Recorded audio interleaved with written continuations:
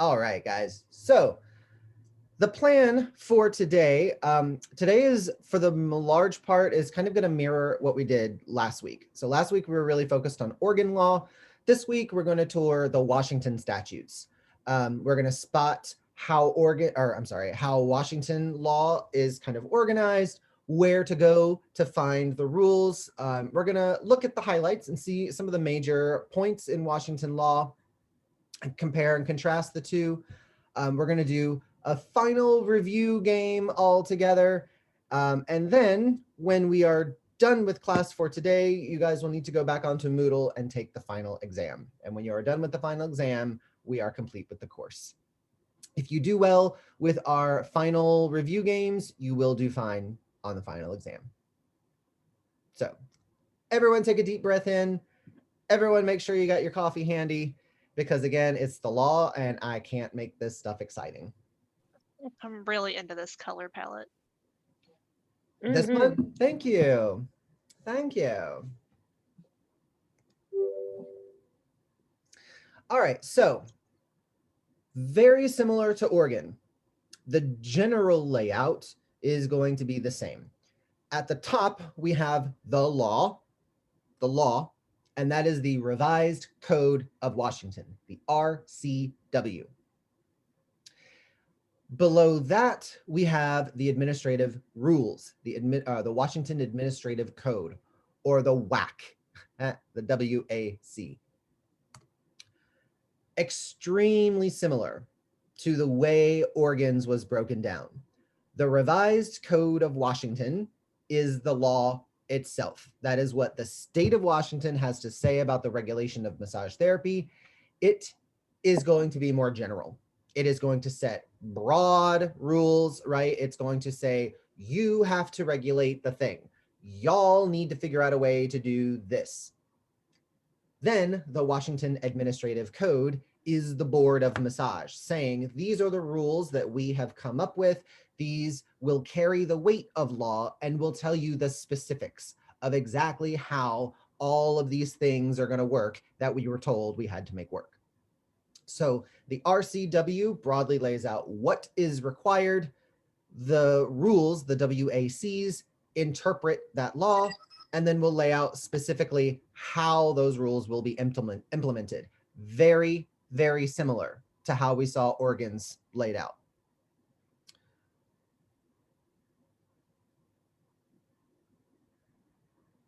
So the RCW is generally laid out. So the whole thing is chapter 18.108. That's the chapter. Title 18, chapter 108. And then the various sections will specify what the topic is.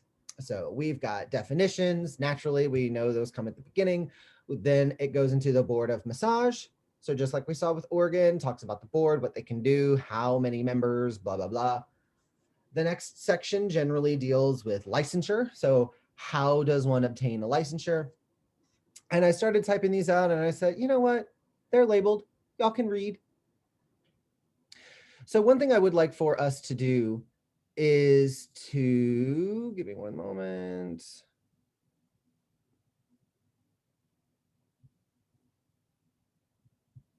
I'm trying to open up. Whoa, wrong way.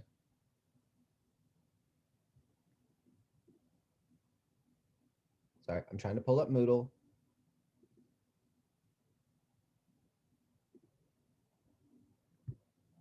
It is way more complicated on my laptop than it is on my iPad, sorry.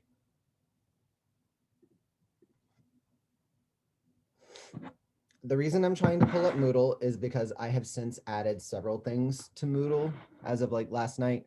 So if you haven't logged in and seen the Moodle page, I'm going to show it to you guys now.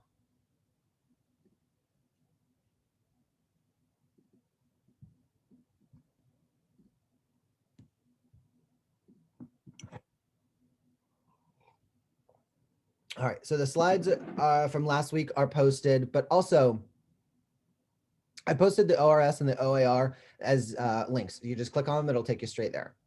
Now, When you guys are done with this quarter, you'll lose access to this page. So make sure you bookmark, right? Use these links and get there, but then you need to bookmark that site on your own so that you can go back to it. So we have a spot for the homework that was due today. I've also posted the link for the RCW and the WAC. When class is over today, I'll unhide the slides from today. And then you'll see that's where you'll take your final exam and then you'll complete the course evaluation. So there's just more stuff. But when you click on the RCW, it will take you to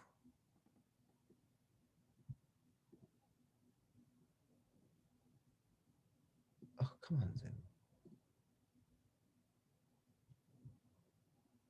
A page that looks like this.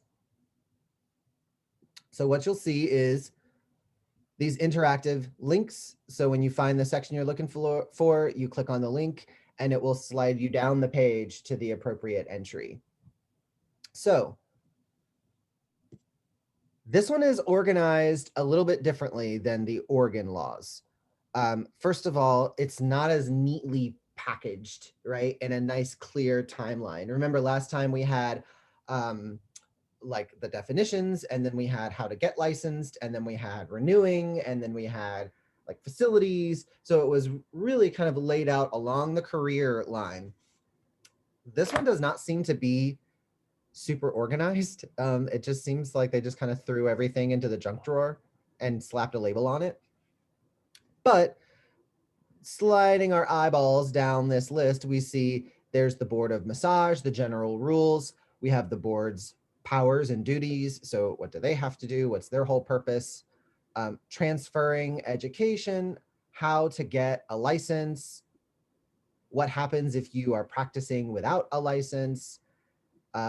Washington recently changed their legal title for massage therapist from massage practitioner. Now, remember, we're splitting hairs. Massage practitioner, massage therapist, they mean the same thing. However, legally, from a definition standpoint, we have to clarify what these definitions mean. So they have transitioned over to calling their people massage therapists. Washington also has rules that say you must display your license. So if you have an establishment, you're going to have to put your license on the wall in plain sight. Exemptions. Who remembers from last week what exemptions were? What was this whole section of law about?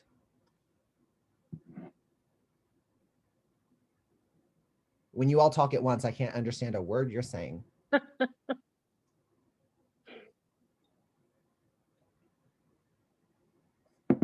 right, very gently, guys. Someone volunteers or someone gets voluntold. What are exemptions about?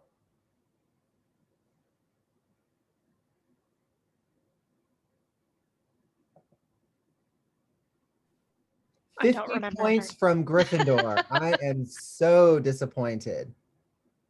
I'm still not a Gryffindor. 50 points from Hufflepuff. Oh snap! Oh snap! He means business. So is it exemptions like in situations where you could practice massage therapy without a license? Is that what it is? Exactly. That is exactly what it is. Who is exempt from massage licensure? Meaning, who can perform massage without calling themselves a massage therapist and without going through massage therapy training? Now, there are a few examples that are really universal. Almost every state that regulates massage will have a few professions singled out that says that isn't massage. You don't need a massage license to do this thing, that thing, or the other thing. Good. Can anyone come up with a really general example? Who would be exempt from massage licensure? Yeah, maybe. Yeah. Say that again, I'm sorry. A CA of chiropractic assistant. Exactly.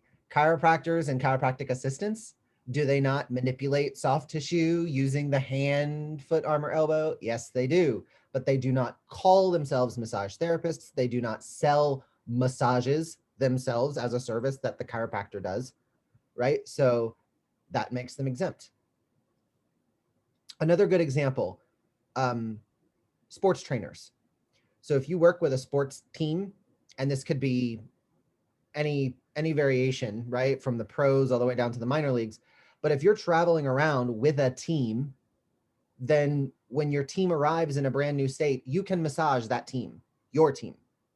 You can give them massages, manipulate them, hydrotherapy, do whatever you want to do, and you don't need a state license in that state to do it, because again, you're not advertising massage services. You're only doing massage on this team that you are traveling with right now.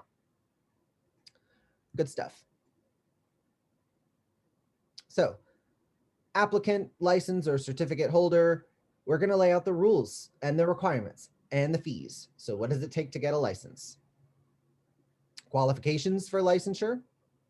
This is going to be things like educational regulations. How many hours of anatomy? How many hours of pathology? How many hours of massage hands-on training do you need? They lay out rules for the examination and rules for the examination for reflexology, which is something important to us now. Washington regulates reflexology separately. Powers and duties of the secretary of the health department person. Out-of-state massage therapy applicants. We also have how to reinstate an active license. Exemptions to reflexology.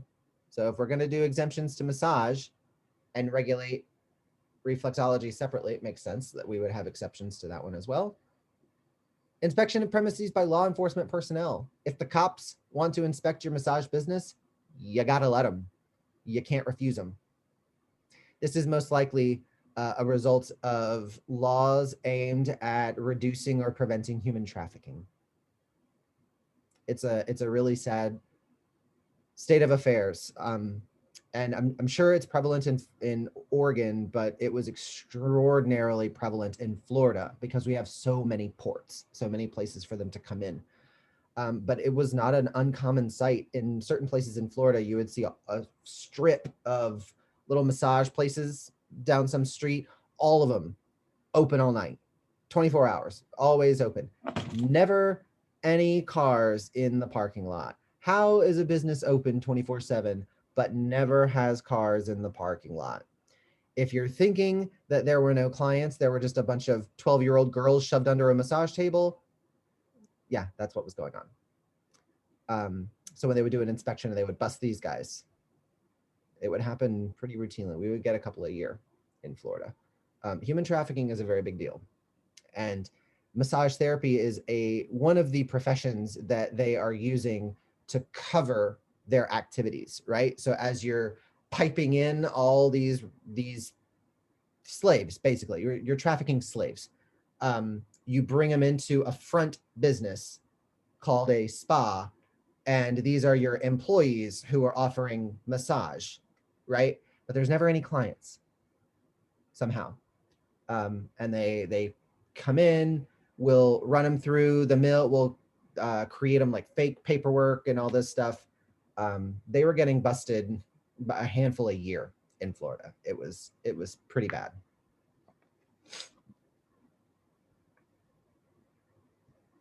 A few more interesting notes. Washington also lays out specific rules regarding animal massage therapy, specifically equine massage, massaging horses. Intraoral massage is also specifically laid out.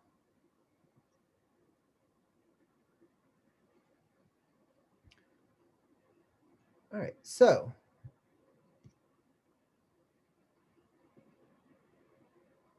popping back to our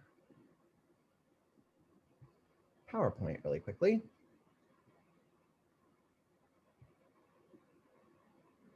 So we see the general way that it's laid out, but we also see it's pretty well labeled. So if there was anything specific I was looking for, I mean, I can go in there and find it. And that's the beauty of the law books, guys, is you really don't have to read the whole thing. What you really need to do is take a moment with our adult brain and look at it and see how it's laid out. And then you jump in and find the information you need and you jump back out. The only people who read the law book cover to cover are law clerks who are being punished. True story. So the next one we're going to look at are the Washington Administrative Codes, right? The WAC. So I'm going to pop back to my Safari. This is way more cumbersome on my laptop than it is on my iPad. Sorry, it just takes me so much longer. All right. So the Washington Administrative Code. This is the board's rules. Looks like this. Personally, I love the way these are organized and I love the way these are presented digitally. So we even have heading categories. You have miscellaneous, you have education. So it's really easy to start drilling down. The next really cool thing, once you find the bit that you're looking for, you can click on HTML or PDF. Pro tip, skip the PDF.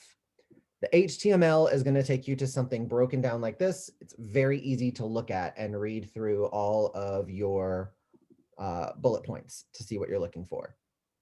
If you click on the PDF version, prepare your eyeballs. This is what you get. And if having to read something like this makes you want to claw your eyeballs straight out of your face, then congratulations. I agree with you. This is much easier to look at. So again, basic organization, miscellaneous, we have definitions. Again, we talk about the titling of massage therapists. Let's just take a look at this one. In accordance with a particular chapter of law, all references to massage practitioner in this chapter mean massage therapist. Yes, it's minor, but welcome to the law. We have to specify all these little details. After July 1st, 2017, all individuals licensed to practice massage therapy under this chapter that we're reading will retain the title of massage practitioner until their next license renewal, but will remain subject to the provisions of this chapter. So real world, let's translate this. What does this mean? This means that every massage therapy license in the state of Washington said massage practitioner on it until a certain date when you renewed your license, and then your next license would say massage therapist. That's what happened. But this rule is basically saying, number one, the name is going to change. Number two, that name change does not mean that this law does not still apply to you, because it absolutely does. Right.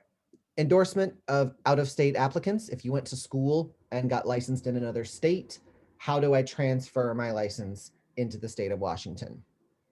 They lay out specific rules for transferring credits or clock hours, what examination for licensure the Washington board will accept. What do they say? Federation of Massage Therapy Board licensing examination. That is the MBLEX. That is the MBLEX. The Massage and Bodywork Licensing Exam, MBLEX. National Certification Exam, so they will also take the NCE. A board approved examination. This is probably going to be far less common. An applicant who does not pass an examination after 3 attempts must provide proof to the board of having successfully completed additional clinical training or coursework. So if you fail the test 3 times, you got to go back to school. They want to see that you've done some extra work before you try again. Okay. We lay out massage school regulations, how massage schools will be regulated, approving their programs. Transfer apprenticeship programs are also really interesting. Has anyone ever heard of a massage apprenticeship program? I'm getting generally no's. Okay. So fun fact, in many states, there are actually 2 different avenues you can take to get a massage license. The first and the most common, you go to a massage school. Many times this means you take out a student loan, you attend classes for a set amount of time. When you graduate school, you take the test, right? That's what all you guys are doing. Welcome to massage school. But the other option is an apprenticeship. And this comes from the avenue that massage is a trade, like electrician or plumber, in that you would find a mentor and you start working with them as an apprentice. And over the course of months or years, you train with them hands-on in the field, right? You learn plumbing by doing plumbing. You learn electricianing by electricianing. So you find a massage mentor and you work under them. They teach you the business, they teach you massage, they teach you anatomy, and they teach you everything. At the end of your apprenticeship, you sit for the NBLEX, just like everyone else does. You pass the NBLEX and you get a license. Now, you may be asking yourself, bro, that sounds awesome. Why is this not way bigger of a thing, right? Why is massage just almost by default not done this way? What a brilliant strategy. Well, hold on. The reason is, check the screen. All these rules, these laws regarding education very much still apply, which means put yourself in the position of a mentor now. You are a successful massage therapist with a thriving practice, and you decide you want to take on an apprentice. Think about what this means. The curriculum is still the same. So you are going to need, put yourself in a school position now, you need to pick a textbook. You need to write lesson plans. You need to have a clear path from beginner to end. How are you going to teach anatomy? How are you going to teach massage therapy? What textbooks are you going to use? You have to make tests. You have to write tests. You have to create answer keys. Yes, all the stuff that the school would have to do, you got to do all that. And also, you cannot accept federal financial aid, which means your apprentice cannot take out student loans. They can get personal loans, but student loans under Title IV, you can't get those. So your apprentice would either have to pay you out of pocket on an ongoing basis, right? Weekly or monthly payments, whatever you guys agree to, or the student is going to have to take out a personal loan, like from a bank. And then you have to do all the work. You still have to write the tests and grade them and record grades and record the hours, the clock hours of massage that these students are performing, and keep track of all of that so that when they apply for licensure, you can submit records to the board that shows they have received the minimum required education. Does that sound like a lot of work to you? Does it sound like a lot of work you're not going to get paid to do? Mhm. Now we understand why massage schools corner the market on producing massage therapists. And massage apprenticeships are a relic of an earlier time. The rules still apply. There are still rules on the books that allow this, but it is not a very common avenue to obtain licensure. Oregon allows this to occur. The state of Florida allows this to occur. Apprenticeship is a pretty standard way of getting a massage license. Standard in that laws allow it. Not standard in terms of the sheer number of massage school grads from apprenticeship grads. It's apples and oranges. These numbers do not compute. Far more people take the sensible approach of going to a massage school.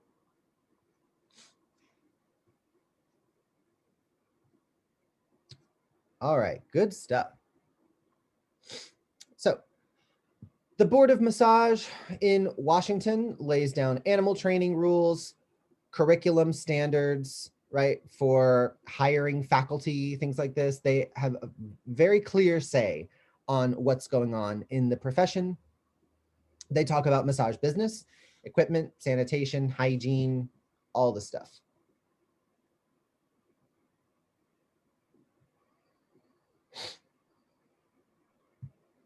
Oops.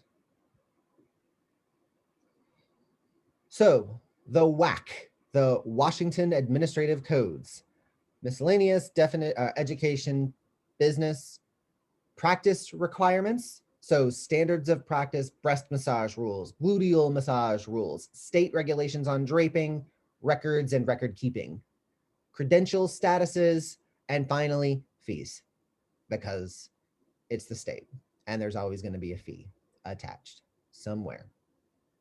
Welcome to state government. So by this point, we should have a foundational understanding that the structure of Washington law is very similar to Oregon's, right? The law sits at the top and it's very general. The code sits at the bottom and is more general, but it carries the weight of law. The next thing that we have done is taken a general tour of the Washington Code and the administrative rules. So now we understand generally where the information is located, how that information is organized. So if, for example, a class of students were asked a particular question, yes, now we would be able to dig into these websites and find an answer, seeing as how there's a table of contents with everything so beautifully labeled for us. If your spidey sense is tingling, good job. You're paying attention. So first things first, I know that it is a shade early. What time is it right now? Come on, clock. My computer just does not like doing the Zoom on my laptop. It works so much better on my iPad. 9:42. Okay, so we are a little bit shy of the 1 hour mark. That's usually when I like to go to break. But this is a nice natural stopping point. My coffee is getting cold. I need to go heat that up. And when we come back from break, we're going to do just that. We're going to take some major topics. I'm going to break you guys into groups because I figured out how to do breakout rooms.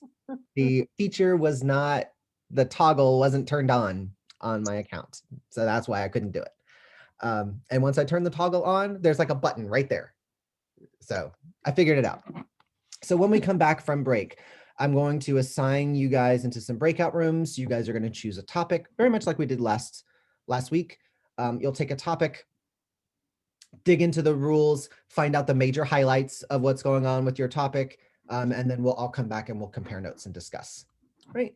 I'm going to set 10 minutes on the clock, and I will see you guys back here.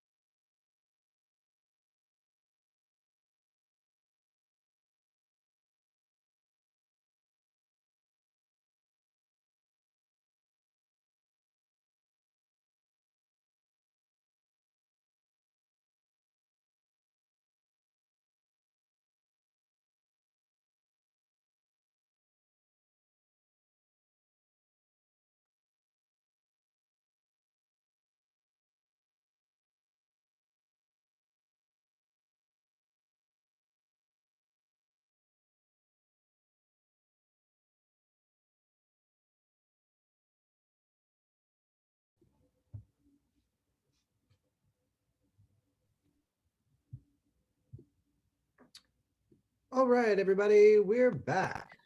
All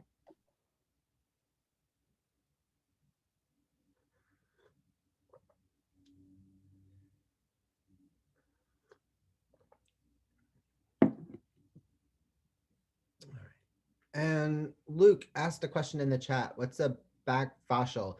Did you mean facial or did you mean a back facial? I meant facial. I was on the Massage Envy website and I saw back facial and I was like, questions. But Honore got back to me privately in the DM. Yeah. Yep. It's a facial. It's the same steps of a facial. They just do it on the back. Cleanse, exfoliate, tone, moisturize on the back. Yeah. You can also do chemical peels or microdermabrasion. All the stuff you would do on the face, you just do it on the back. They're fun to do if you're into skincare and stuff. If you like doing skincare, backs are fun. I really only just started getting into skincare like 2 years ago. And I'm not a very good gay because of that. I haven't been told around my skincare routine. Yeah, I had the benefit of running a school that taught a skincare program. So I got to go through the program for free and got my skincare license.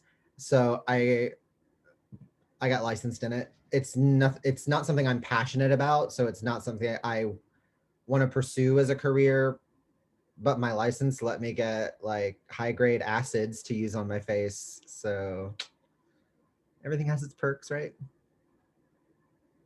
I can get the level of glycolic acid and things like that you can only buy with a license. So if one of you guys just went to the store to buy acid for your face, you could get like 10%. I can buy like 35%, which is very effective. I also have a microdermabrasion machine here at my house, which is nice. Just Good to know where the hookup is. Okay. Yes. All right, and I know how to use it, which having the machine is one thing. Knowing what you're doing with it, entirely different story altogether. All right, guys. So now that I have figured out the magical secrets of the breakout room, we are going to do a very similar kind of project to what we did last week, except this time it should work much more smoothly. So I'm going to group you guys together. You are going to pick a topic from the next slide.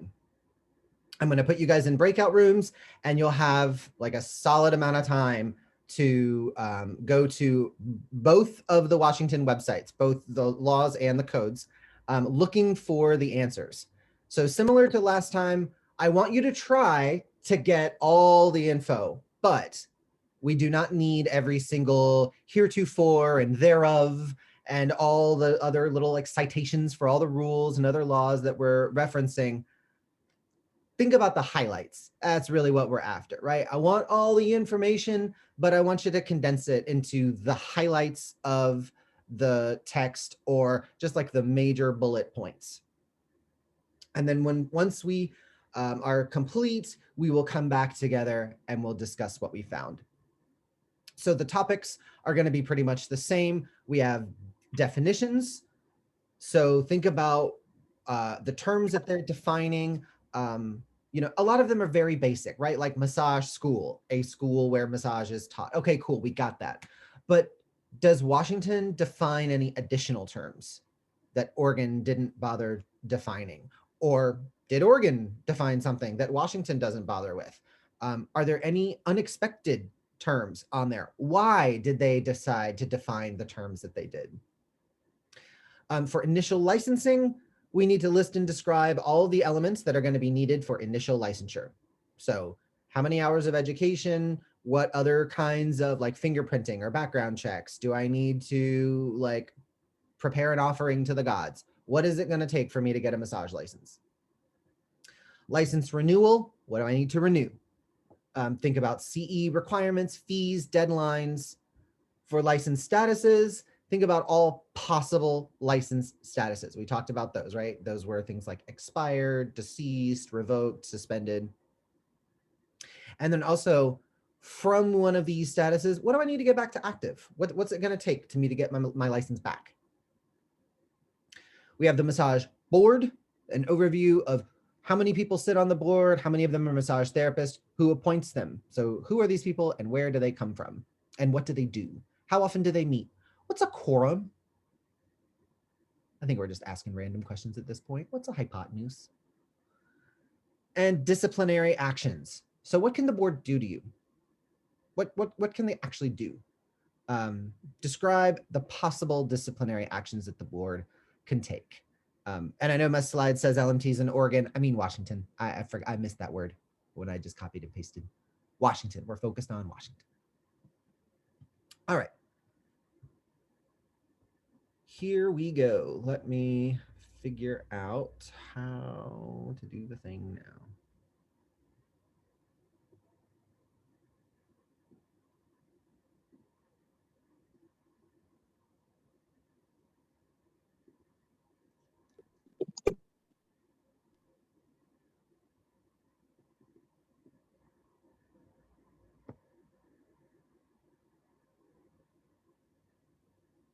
All right, so I'm going to randomly split you guys into breakout rooms. I'm going to tag along to each one of you guys and give you guys a topic. Cool, cool. Boom. Boom. You've been invited to join the breakout room.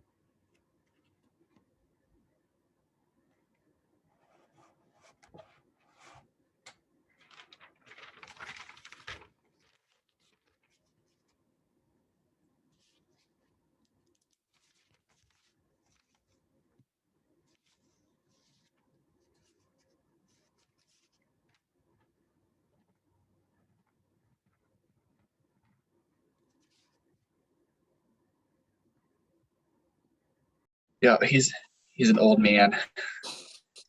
He's like 17. Wow. Guys, so you guys are going to tackle definitions. Oh yeah, both times. Got it. You just had the luck of being dropped into room number 1.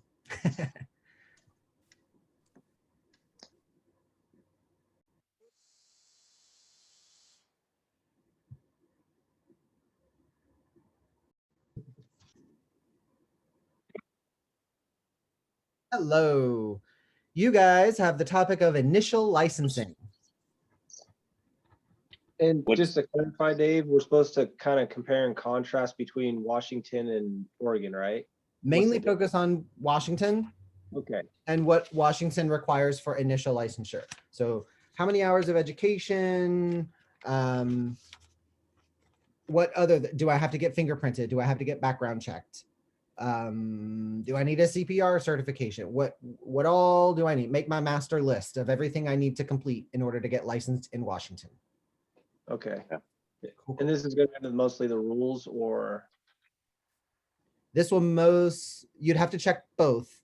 check both. Okay. Yeah, you'll find information from both. Yep. I'm gonna keep moseying on, but I'll be circling back in. I'll just be dropping in. All right.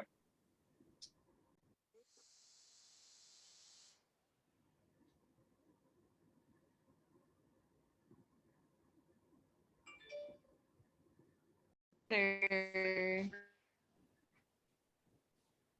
Howdy, Hello. guys. Hi. So you guys have license renewal. So License all the elements that I would need to renew my license in Washington. You may need to pull from both sources. These should mostly be found in the WACs though. So remember CEU requirements, we're talking about fees, deadlines, all the stuff I need to renew my license. Cool. I'm gonna pop around, I'll drop back in. Thank you. Cool.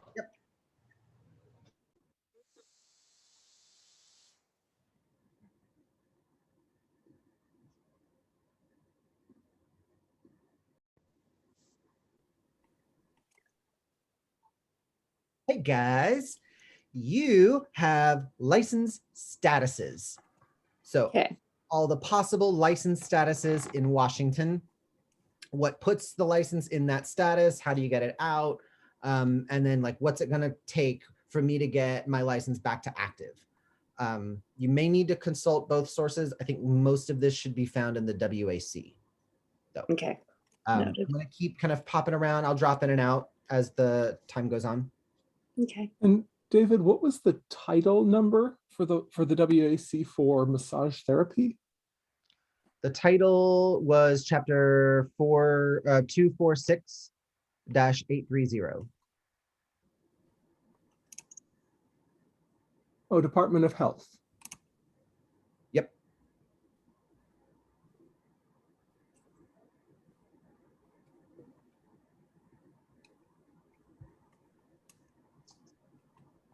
Good stuff.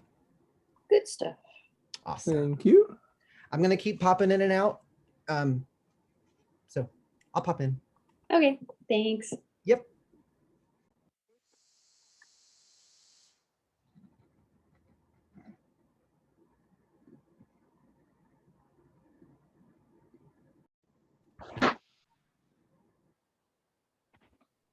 Hey guys, Hello. thanks for your patience. Hello. I'm having to bounce through one by one. Yeah. You guys have the massage board.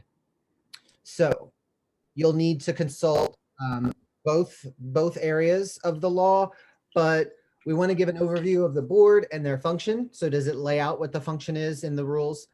How many members, how many of those are LMTs, how many from the public? Like what's the breakdown of the board itself? Who picks them? So where do they come from? How often do they meet? Those kinds of things. Broad overview. I'm going to just be kind of popping in and out of these rooms. So I'll catch you guys soon. Okay. Sounds good. Awesome.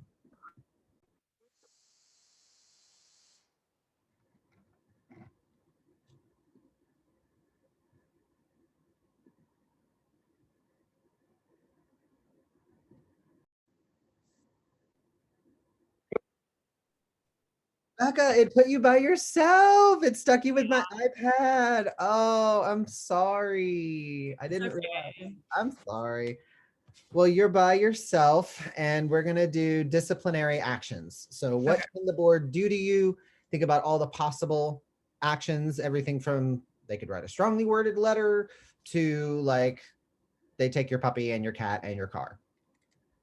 What can they do against massage therapists in the state of Washington? Okay. I'm going to keep kind of popping from room to room. So I'll just be popping in and out. Okay, it'll just be me. So And it was kind of nice. I was like, oh, I can like breathe and just not do anything. yeah, work at your own pace. I know this is a lot of information and it's difficult to really find everything you're looking for. So, I mean, I'm going to give everybody like probably 15 or 20 minutes to Okay, cool. plenty of time. Okay, thank you. I'll be bouncing in and out. Okay.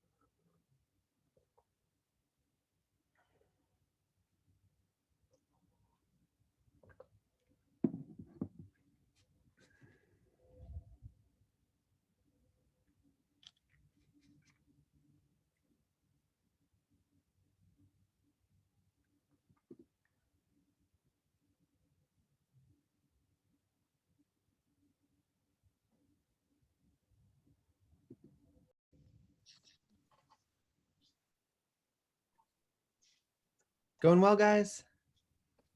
Yeah. Oh yeah. Awesome.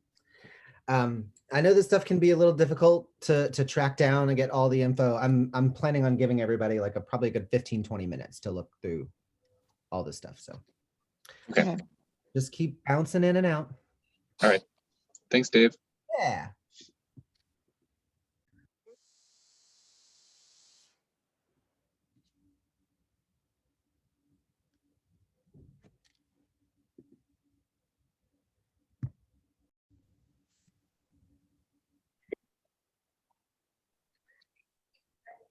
Going well over here, guys?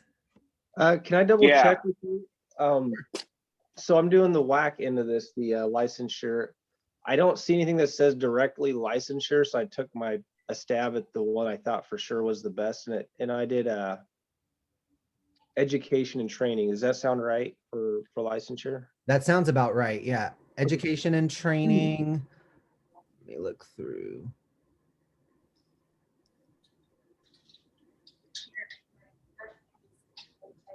Yeah, education and training would be the first place that I look. The Okay. second place that I would look would be the first section under education where it says approval of massage program, and I see kinda if looked at there that. were things in there that relate to it. I looked at that. I don't know if it relates. It's more of like what I think it's like what approves a massage school, like what like Okay. the massage school and not the students, and like OSM probably approved, I imagine. Yes, we are. I hope. Oh yeah, Uh, for sure. Yeah, so education and training. Okay. It's probably going to be in there. I don't know. All right. Well, another question, just this is a curiosity question. If someone does an apprenticeship program, like, do they have to go to the board and get certified anyway? I mean, I'm sure they have to coordinate with the board. Like, they just can't start training somebody, even if they do it all right. I'm sure they have to have some type of, some kind of certification or approval from the board. They can't just do it and say, I promise my student did all these things. Yeah, or no, anything. the board is going to lay out educational standards, Mhm. and the person doing the mentoring is going to have to ensure that they're complying with all those standards. They're going to have to submit a transcript. It's not going to look as fancy as a school's transcript, but you're still going to have to justify that you've taught so many 100 hours of anatomy, so much pathology, so much consultation skills, so much sanitation, so much hydrotherapy. I mean, the educational standards are still the same. Yeah, it's still the same, but I just wonder if they check, if you even have to, Basically, do you have to apply to yeah, start okay. a Okay, program like this? You That's a can't good just. question. Yeah, and since every state is going to do it a little bit differently, the only way to know for sure is to read the law Yeah. and Gotcha. find that answer. Yep. And remember, don't make it more complicated. If it doesn't say it in the rules, then don't add it in your head. If it does not say it in that book, then it's not required. Gotcha. Sounds good. Thank you. You're welcome. I'll keep poking in and out. I'm going to give everybody probably a good 15-20 minutes to. Perfect. There's a lot here. Oh yeah. Oh yeah.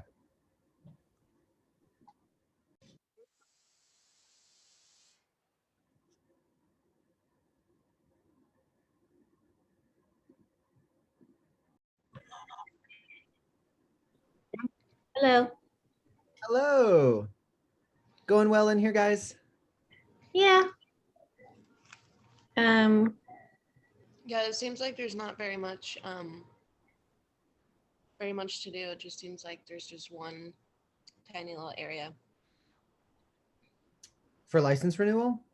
Mm-hmm.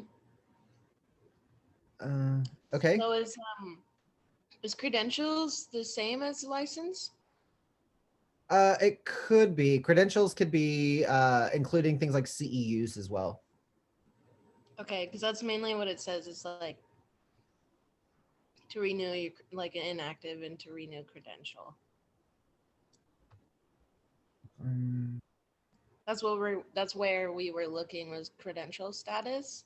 Well, it said that you need to complete 24 hours within 2 years, and then also need to comply with the credential like credential chapter, and then we went on that, and it seemed like it wasn't for massage necessarily, but it was like in general, like what you had to do, which is basically just like sign in or pay fees and mail it in. That's basically it. Okay. That's Okay. Yeah, I was But like, this doesn't the look fact right. that you have to sign something, like that's a step. And the fact that you got to mail it into the board, like that's another step. So what is the fee to renew a license in Washington?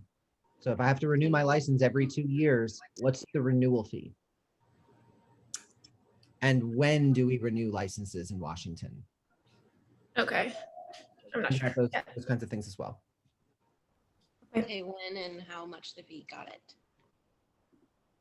I'm just going to keep bouncing around, guys. I'll pop back in a few.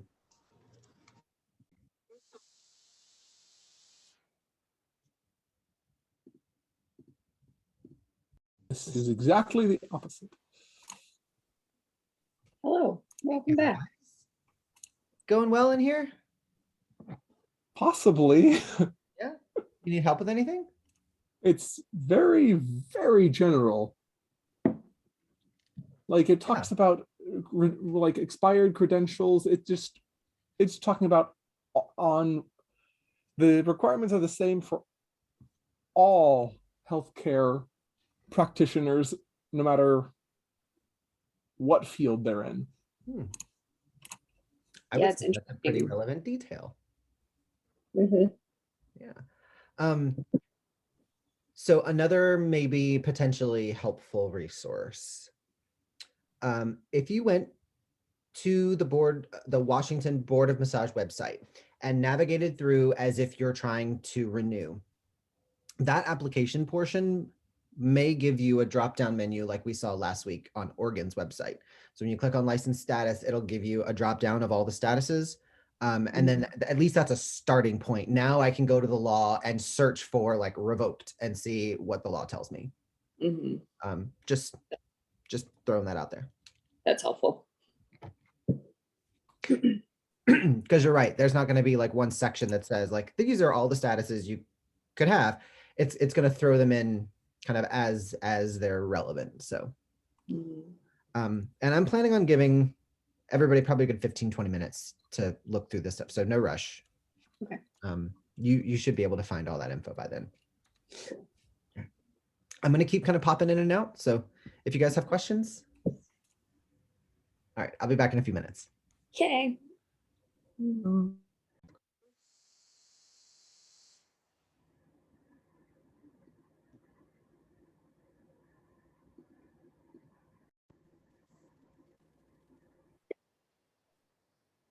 Howdy, Hello. folks.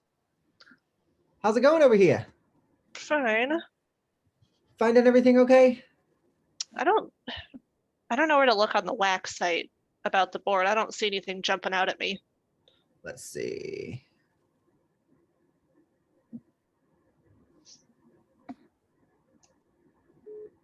So now I've just Googled the Washington board and I'm seeing if I can find anything that way.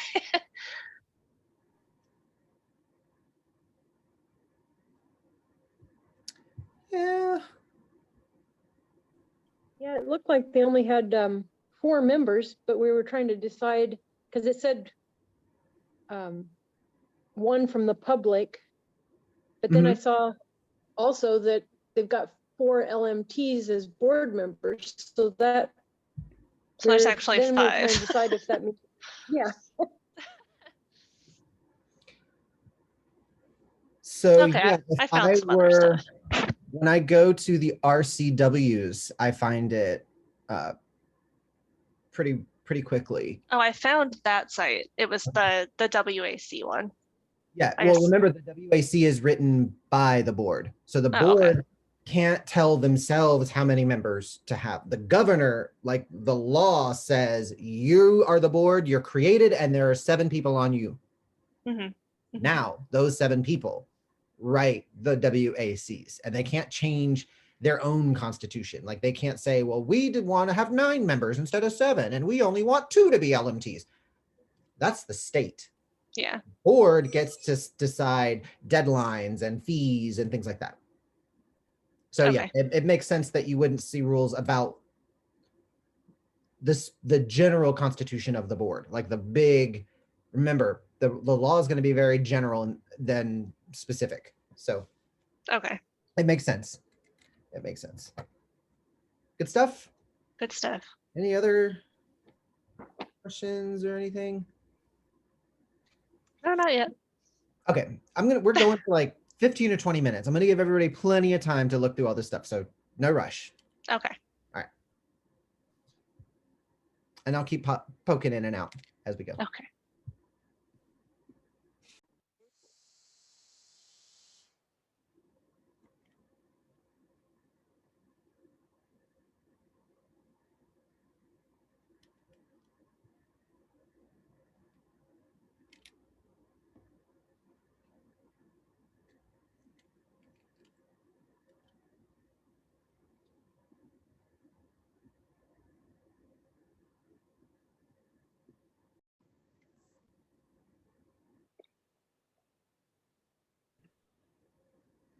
Having fun in here?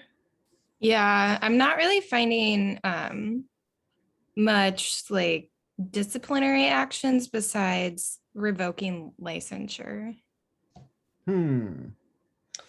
So There be more. does it say, let me look. So, I did find like it's a misdemeanor for a spa to have massage that's unlicensed. Mhm. Is that like along the lines of what you were thinking? Partially, yes. So when we read between the lines, what does that tell us?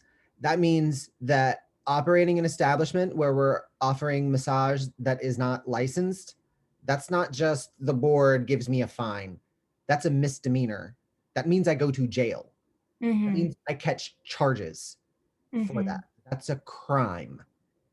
So it's a little more serious than someone sent me a fine or they wrote a strongly worded letter urging you not to do that again. You go to jail. So criminal penalties, the board can be the ones who bring criminal penalties. But they'll also be able to do things like issue a warning. That's what they've been doing with a lot of therapists that aren't following strict COVID standards. Is they're not disciplining you, they're educating you. They're going to send you like a pamphlet of information and say, hey, you got to clean those tables. So I'm going to look for... Yeah, I didn't really see anything that was headed under like disciplinary actions necessarily. It's not going to be labeled as that. Yeah. So let me look. I'm looking in the RCW about the board. Okay.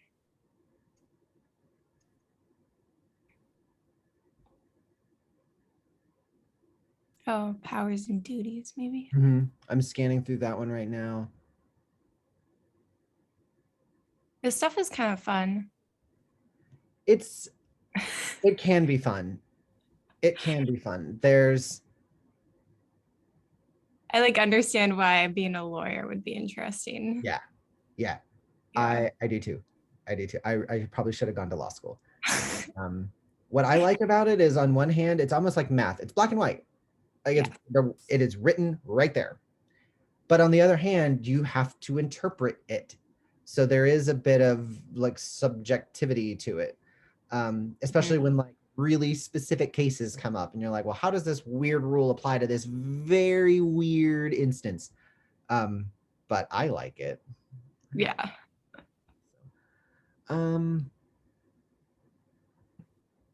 Okay, so here's a creative idea.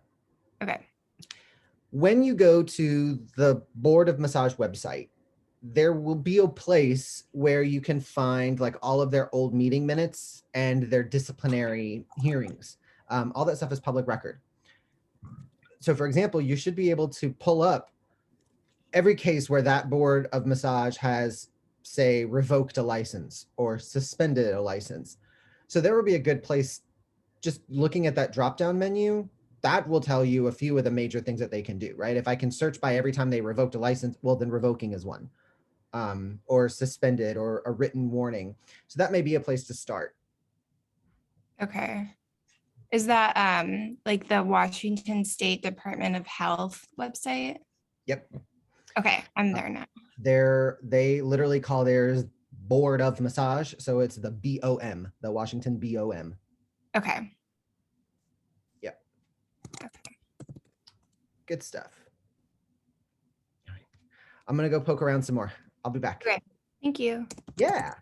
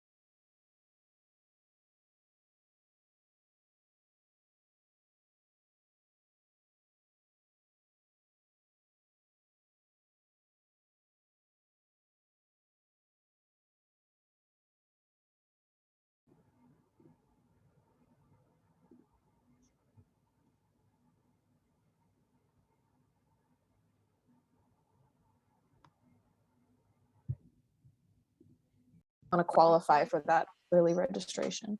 Oh, definitely. All right. Hello. Hello. Doing well. Oh yeah, I think we're set. Yeah, we had a pretty easy section. We've pretty Awesome. much gone over the whole thing. Yeah. You guys lucked out actually, because some of the other topics, they're like, I can't find anything. You're like, it's there somewhere. You just gotta look. There. Yeah, we don't just, these rules just don't come out of thin air, guys. Someone put it down, I promise. Yeah. No, we're giggling over some of, like, Washington tweets these things apart, man. Like it it's impressive. But what I find comical is like the tweezing apart of like body regions. Like I just love that Washington includes a definition for the perineum, because somebody was like working around down there, and then their client was like, how about no? And then the defense was like, well, I didn't know that's the perineum. It's not defined anywhere. Despite the fact that it's very clearly defined in the medical book you use to learn anatomy in, but there's no law, Dave. There's no law saying what the perineum is. So how can you hold me accountable to that? But isn't that it? Everything is legal until it ain't. Yep. So if it's not explicitly written down, you cannot do the thing, then you are allowed to do the thing. I'm sure that's why it's on here, is because somebody pushed that. Oh yeah. Welcome to the wonderful world of case law. God, I hate it. Yes. Case law. But Kim and I were talking about, it's like, it just makes us so curious to know the stories behind some of these stupid, like these moments where they tweeze it apart. Like they define animal, like why did they do that? Like who decided, oh, we need to make sure there's a definition for animal, because people might not know. You have sparked my curiosity now. Animal massage therapist means an individual with a license to practice massage therapy in the state with additional training in animal therapy. Okay, good enough. Cool. Makes sense. Miscellaneous definitions. Animal means any species normally recognized as treatable by veterinary medicine. So they don't mean like Komodo dragons. I know, I was like, what idiot tried to massage an alligator? Yeah, no, I'm thinking, well, I come from Florida, alligator. It would shock you the number of people who, alligators count. Okay, yeah, sure. So, but I'm thinking like, I would take like my rabbit or my turtle or my pet snake to a vet. So What does that Would rule you take out? your turtle to a massage therapist? I mean, if he was stressed. My turtle just stays in his shell all the time. I think he's really stressed out. I mean, that's just his psychological armoring. You know, you got to soften that stuff. That's right. How else are you going to make the best turtle soup? But, oh.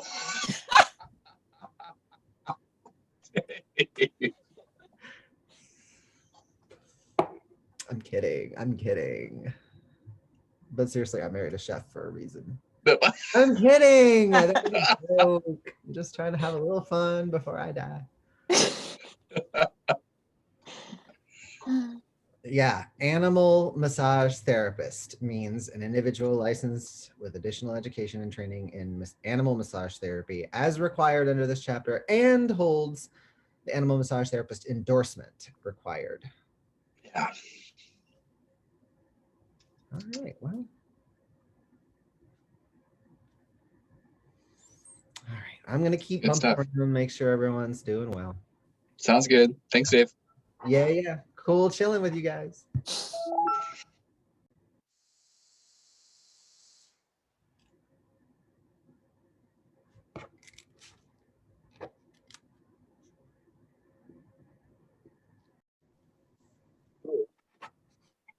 Yeah. How's it going, fellas? It's going good. Good.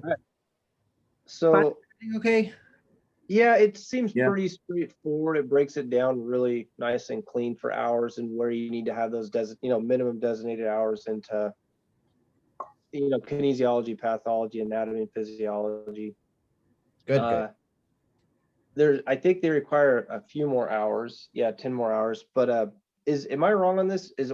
How many clinic hours does Oregon require? Do you know offhand?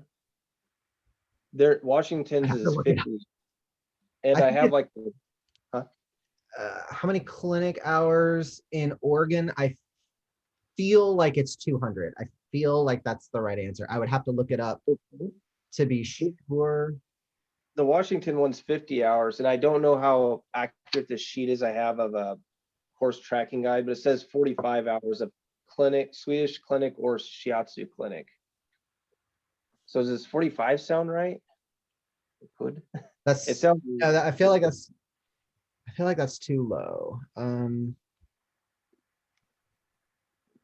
when it says clinic, I don't think that includes like Oregon's okay. So Oregon says 200 medical, AP, Path, Kines, 300 theory and practical application. 140 must be from certified class instruction. Up to 120 contact hours of prior continuing ed may also apply. I wonder what the 50 hours of mandatory student clinic, and it's directly supervised. I thought that would be more, clinic. That would be regular clinic. Yeah. So Oregon's is less than their actual clinic, like hands-on. Mm-hmm. Okay. I don't see honestly, I don't see in CPR, they require CPR. They require American Red Cross training, which I don't think we do. I don't remember seeing that, but I could be wrong. Oregon, I thought no, it's just basic life support, CPR. Yeah. Mm-hmm. So they're a little bit more intense up in Washington. One other question. What is the difference between what is it? A massage school and a massage program? I don't know. I mean that. So the school is the institution. The Mhm. massage program is the course of study. So the massage school is Oregon School of Massage. Okay. Oregon School of Massage just happens to only offer one program, and that's a massage program. But imagine if Oregon School of Massage got a lot bigger and we added a skincare program where we're training estheticians for licensure as well. We have a massage program and we have a skincare program. Okay, so the program a large college would have one school, but they have multiple programs, right? Your math majors, science, engineer, English. Yep.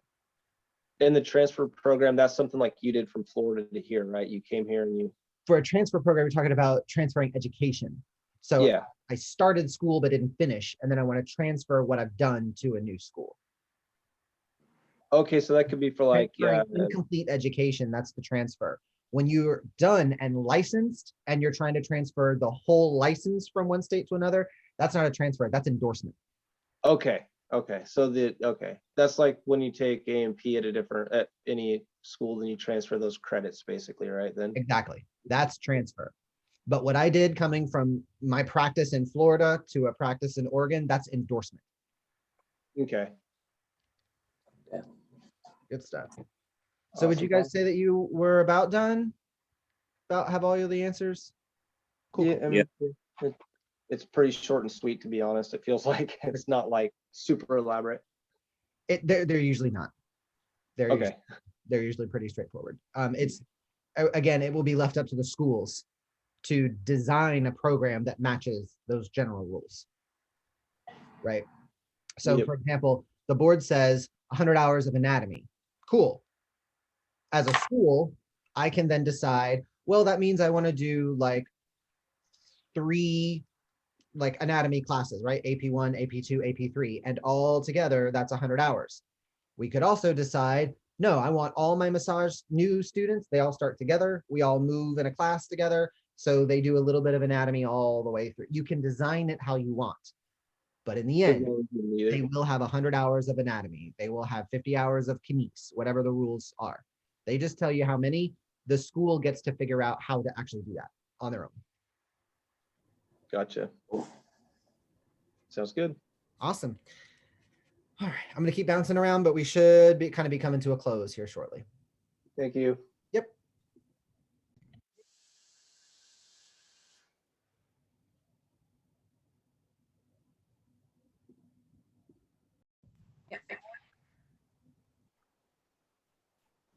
Hello again. Hi.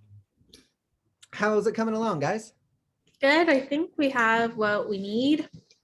Super, super. All right, I'm just wrapping up my last rounds, and then when everybody's ready, I'll just pull everybody back to the main Zoom room. Okay.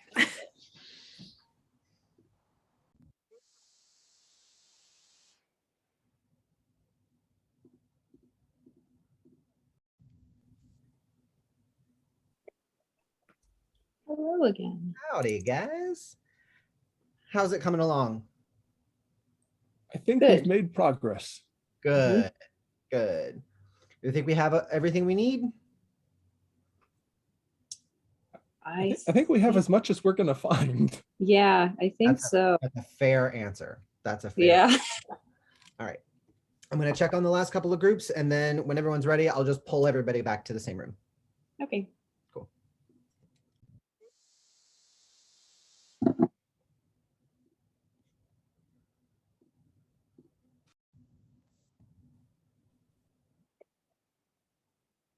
Hello again. Hello. How's it going, guys? We found everything? Yeah, I there hope so. there really wasn't as much stuff as there was for Oregon. Gotcha. All right. I'm going to check on the last few groups, and then when everyone's ready, I'll just pull us all back to the same room. Okay. Sit tight.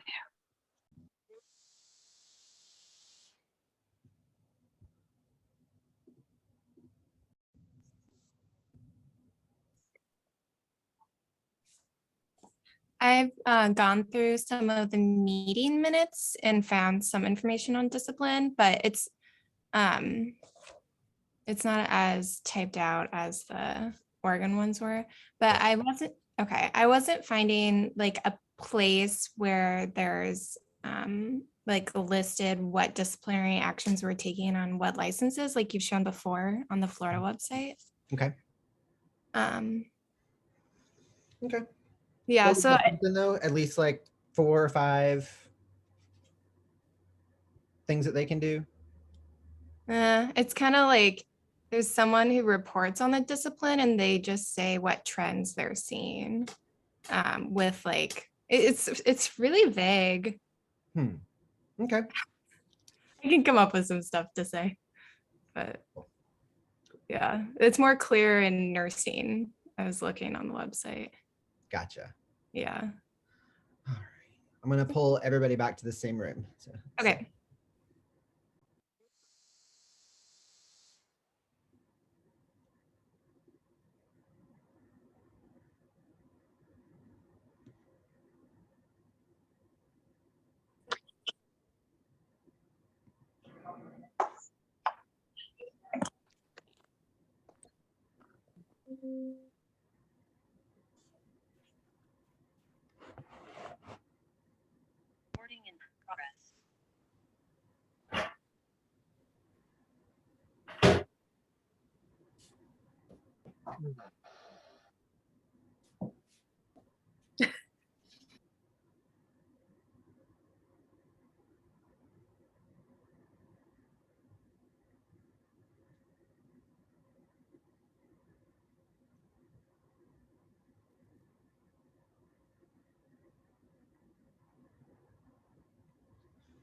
All right, so can I just say that went so much more smoothly than last week? Man. Now that there's the button for breakout rooms, it's so much easier to do. No wonder I had such a hard time last week. Okay, so everyone seemed to do really, really well on this one. Everyone seemed to find the information they were looking for, didn't seem too challenging. I think the biggest challenge for some of us was that everything wasn't written down in one place, nice and neat. You had to kind of sniff around the internet and hunt in a couple of different places to find what we were looking for. So let's start with the group that had definitions. So that would be Kim and Luke. All right.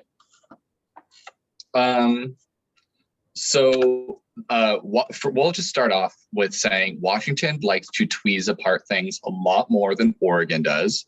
I will spare you from reading the 21 separate definition lines, but some of the things that they do differently, they talk about the same things of what is a massage therapist, what is massage education, the board, those like administrative things like supervision. But some things that Washington includes that Oregon doesn't is things on animal massage. So they define like what an animal is and what animal massage is. And an animal is defined as anything that would be served by a veterinarian, like normally served by a veterinarian. And I just think that that's very comical. They also define specific body regions for massage where Oregon does not. They define things like breast massage, intraoral massage, and the perineum, which begs a lot of questions, but we won't go into all of those now. They also include some other stuff, but I feel like I don't need to hog up the whole time. Kim, was there anything else that you found on the RCW page? Kind of what you said, like they separate out in body parts. Like when they define reflexology, I found it really interesting that they were like specifically the lower third of the extremities and the ears. Nothing else is considered reflexology. And that's just like really more specific than anything you'd see in Oregon law. And then I was also curious, Dave, if you know the reason that they had a definition for a health carrier, which is just health insurance provider that's specifically for disability. Like, is there a reason that that's separated out from all of the other like insurance information? Let's see.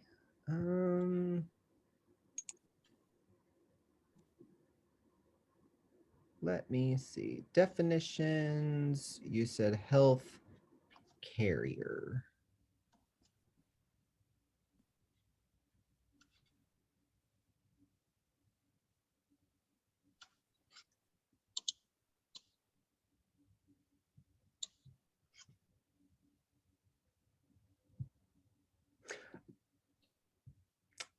I'm looking at Oregon law, that's why.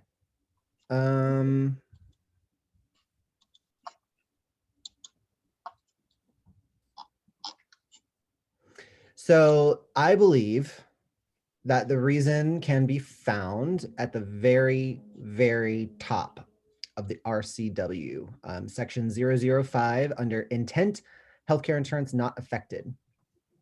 So the legislature finds it necessary to license the practice of massage, and they want only individuals who meet and maintain minimum standards to provide services.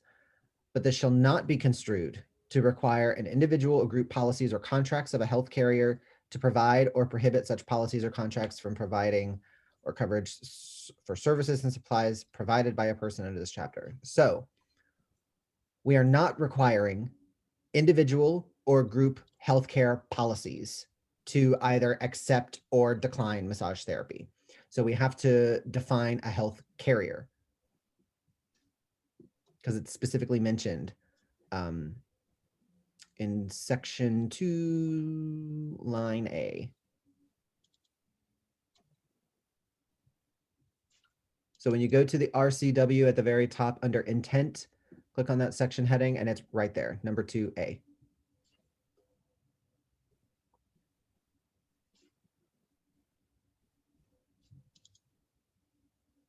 So I feel like the answer is just kind of a rather dry technical one. It's like, since we mentioned it, we got to define it. Good stuff. How about the initial licensing group? Share what you found, Colby and Reggie. Do you want me to go first, Reggie? Yeah, you can if you want. So under the WAC rule, it's very, very similar to Oregon for the licensing. They're just kind of like a one-upper though. They got 10 more hours you need. Additional training outside of the program, you need to be certified for CPR, which we have, but then they add on a American Red Cross training. And it breaks it down pretty good of what each one of those things are, like what's included in each hour for as far as 90 hours of anatomy and physiology, 60 hours of kinesiology. The pathology, it even breaks down to what stuff you should be studying for conditions. It even breaks down on the clinic hours that it's one, and I think Oregon is the same, one instructor for every 6 students, so you can't exceed that.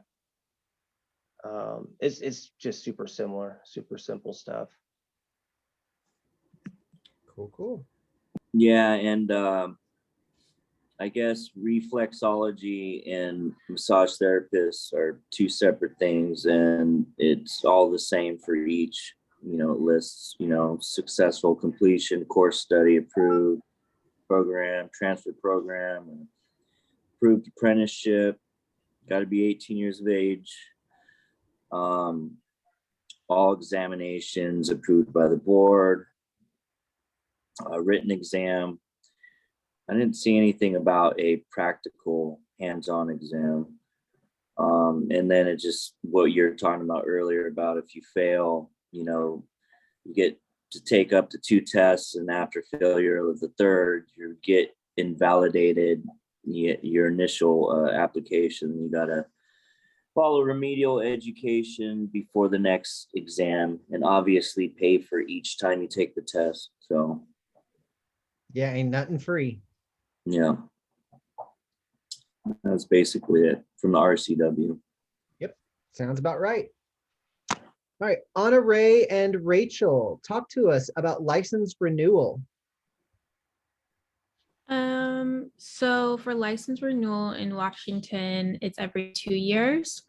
And you need 24 hours of CEs, and those are broken down on the website. Like you need 8 hours of hands-on, 4 hours of ethics. What I thought was interesting is that you needed CPR and first aid, and then there's like just more that you need, like specific ones.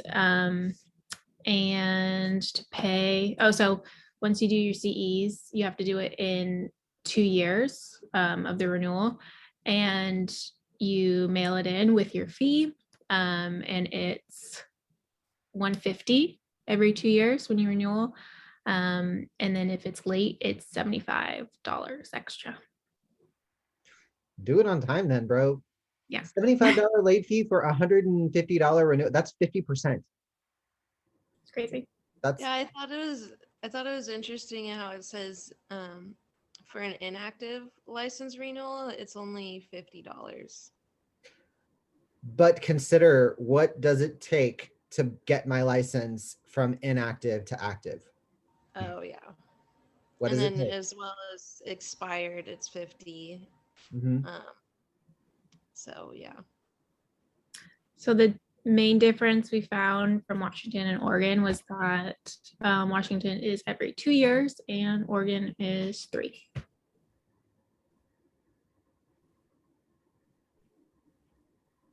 What do you mean by 3?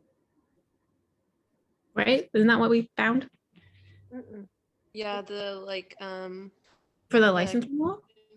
yeah, for the expiration time. I thought Oregon licenses were renewed every 2 years. That's what I thought too. Let me try to find it again.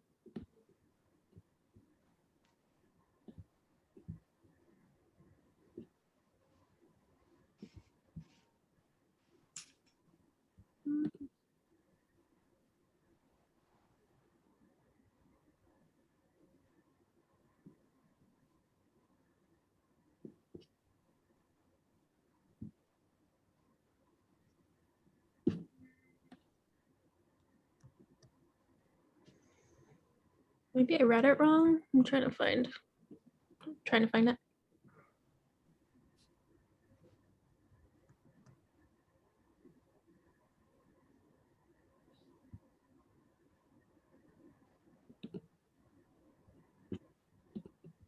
Alright, do you remember where we found that? I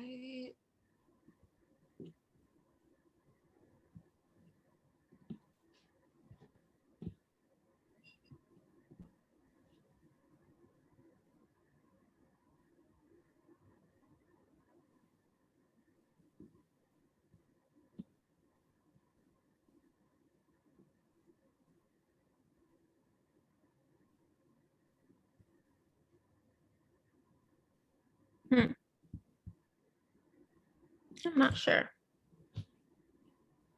Okay. Licenses and permits may be renewed within 3 years after the date of expiration upon payment of the renewal fee.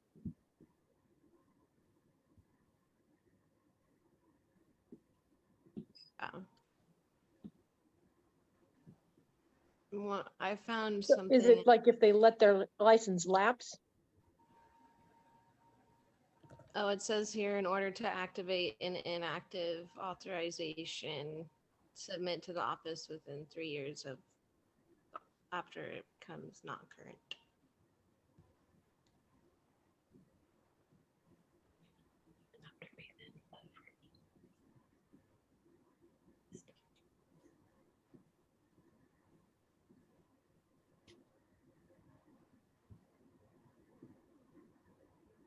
Yeah, I don't know.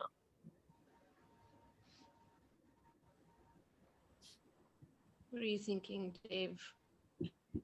I'm looking through the OAR section 15 on licensure, looking to see where it's laid out because I'm fairly certain Oregon licenses are renewed biennially, so every 2 years, and your license expires the last day of the therapist's birth month every other year. So I happen to have been born in April, so my license expires every April, every other year. I got my first license in Oregon in 2020.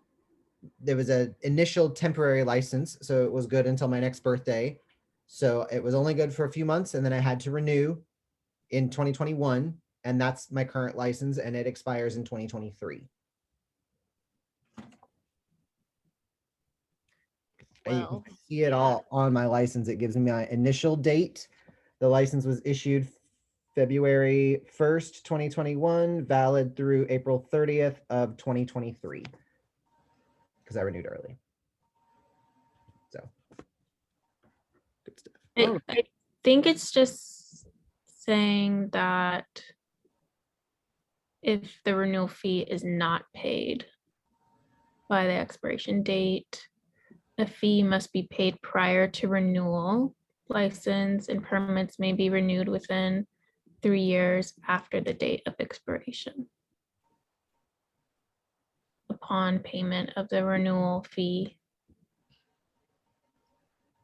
So what it seems to me like is if you don't pay the fee, right, and your license lapses, then that starts a 3-year clock that you Mhm. could get your CEUs and pay the fee and get your license back. But once that 3-year mark is gone, it seems like you can't get it back from inactive after that. That seems like what that rule's saying to me then. Okay. Good stuff. Tilly and David, talk to us about license statuses.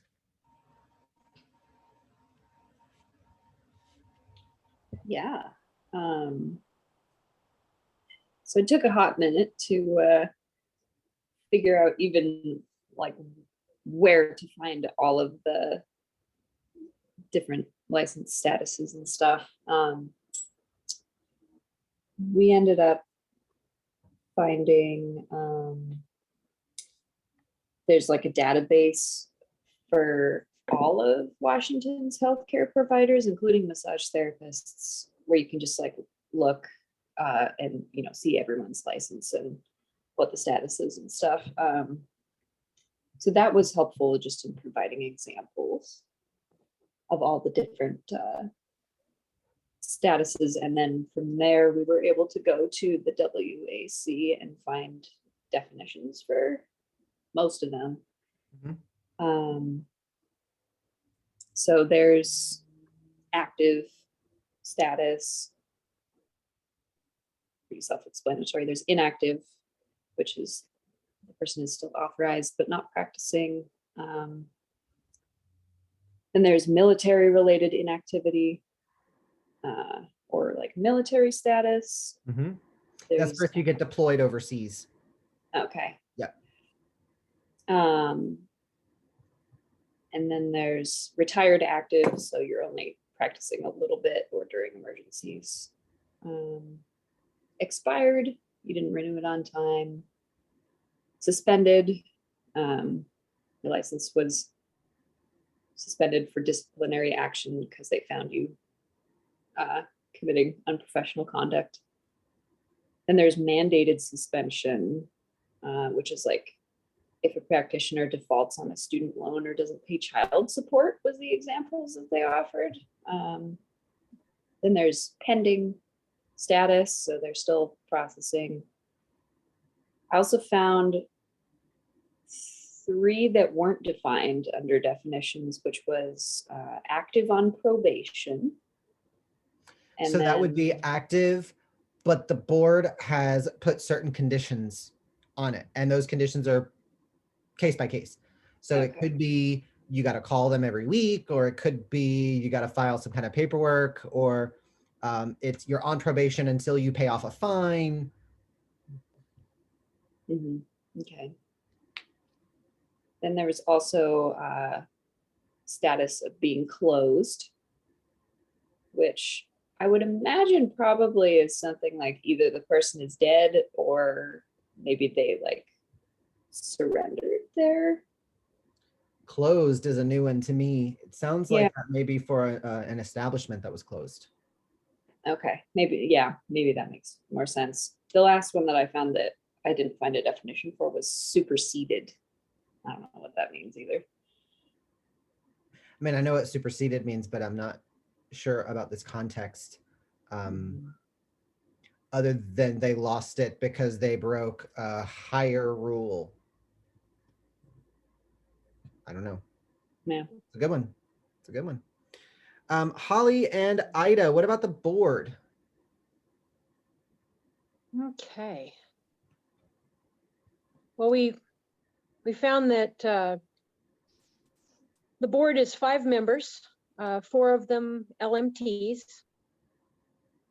So 4 LMTs and one with no healthcare backing. So somebody that's just a lay member. Good. By comparison, Oregon had 7. Right. And 3 of them were LMTs? 4? 4 were LMTs, 2 were healthcares, and 1 was extra. Yeah, that sounds right. Oh, to answer the quorum question, it's the minimum number of people required to begin a meeting, and it's 3. 3. The Oregon Board of Massage has 5 people, which means at least 3 of them must be present for them to have the meeting. If only 2 of them show up, you cannot hold a meeting.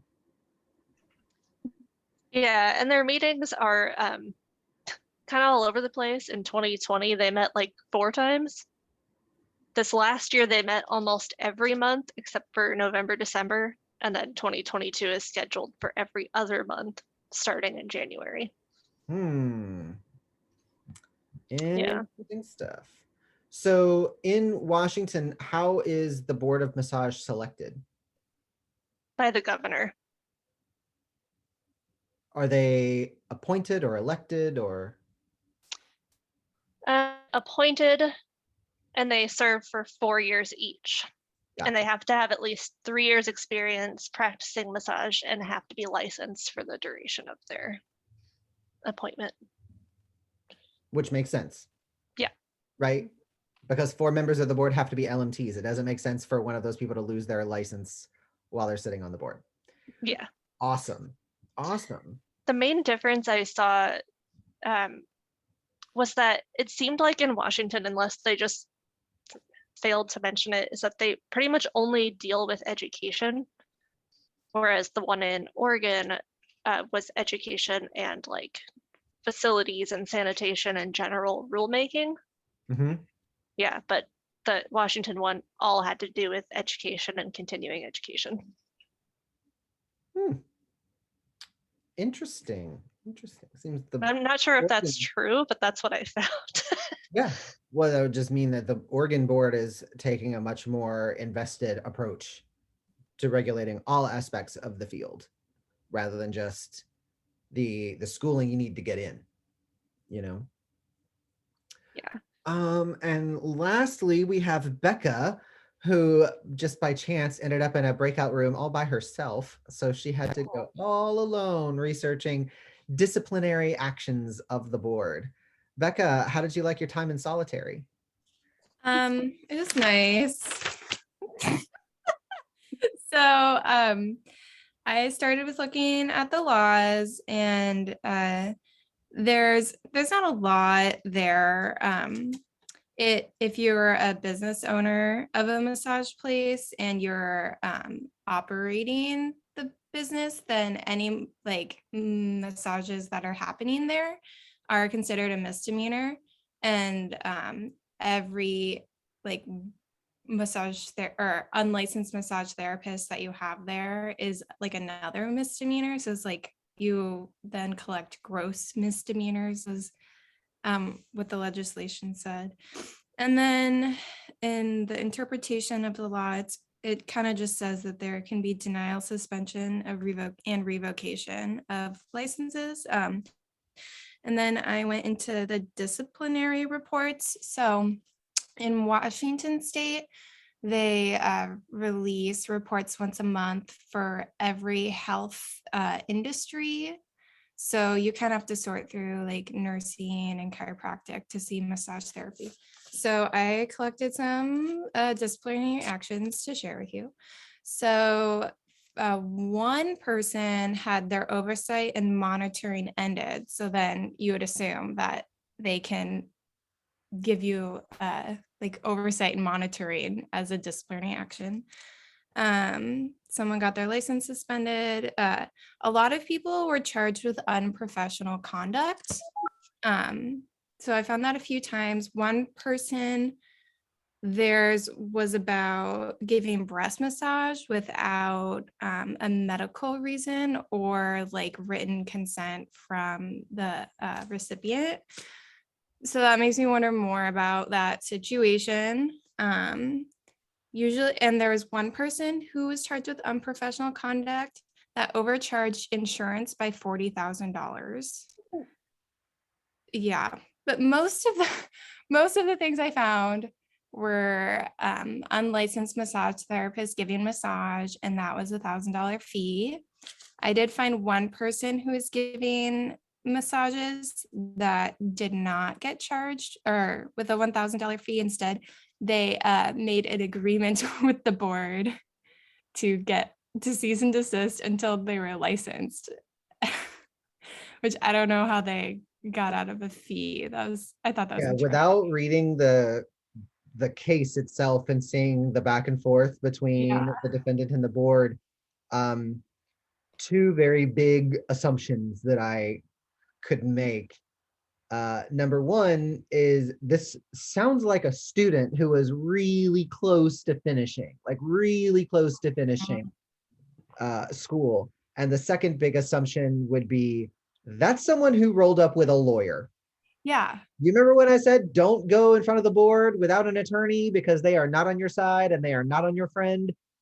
That's why you want a lawyer, because they can pull some shenanigans like get you a cease and desist instead of a fee or a fine. Yeah. But then you have to pay the lawyer. Right.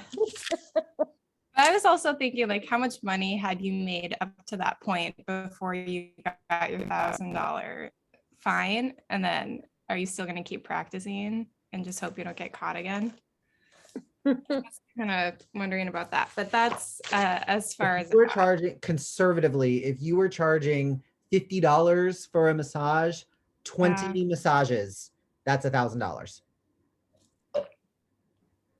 So do with that information. Yeah, if you weren't paying taxes on it, you got all of it.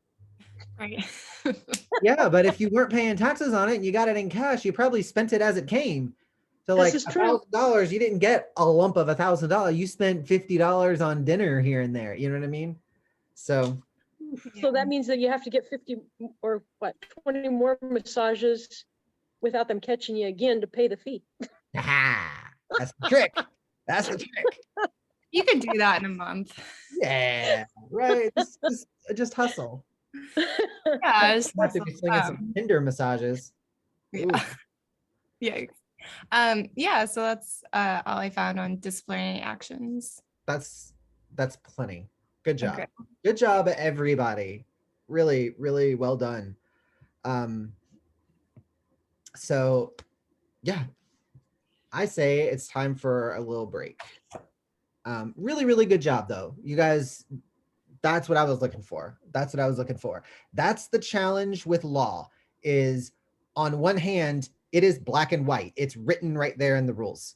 But on the other hand, it's not always so clean to find what you're looking for, because the law can be messy, right? And I think I mentioned this to Luke when I was in your room earlier, but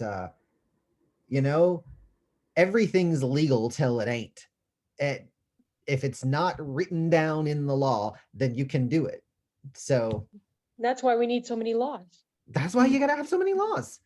And remember, just like Ida was saying, right? Oh, well, if the rule tells me I have to do it this way, then that just means I need to do it this way. Like once you set a system, there's always going to be people who try to game the system, which means you're going to end up with more and more rules to cover for all the holes that the original law left in place. And that's how law books become, shelves and shelves of crap, year after year after year. Oh, we all should have gone to law school. All right, let's take a quick break. The hard work is over, guys. So take a deep breath. We're going to go take a quick break. We'll do 10 minutes. We'll be back. I'll see you guys shortly.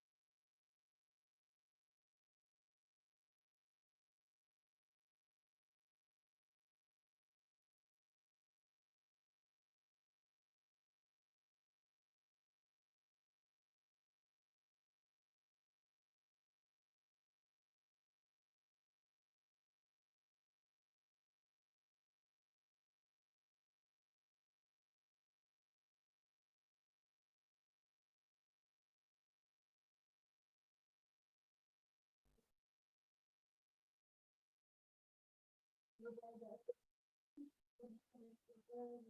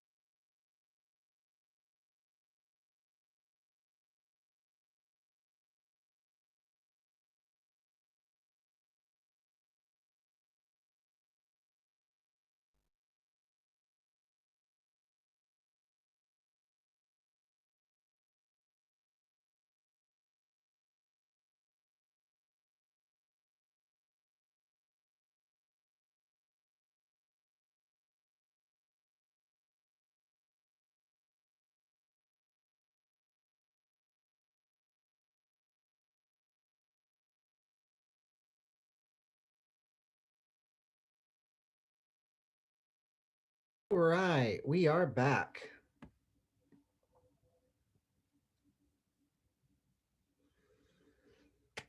So, everybody, welcome back from break. Hopefully we're all caffeinated. Hopefully we're all sitting down. Everybody ready to go.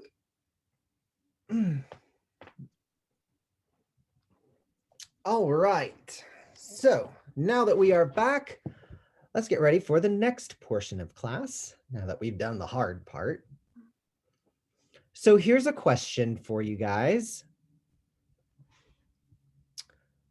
According to the OAR, would a donation be considered compensation?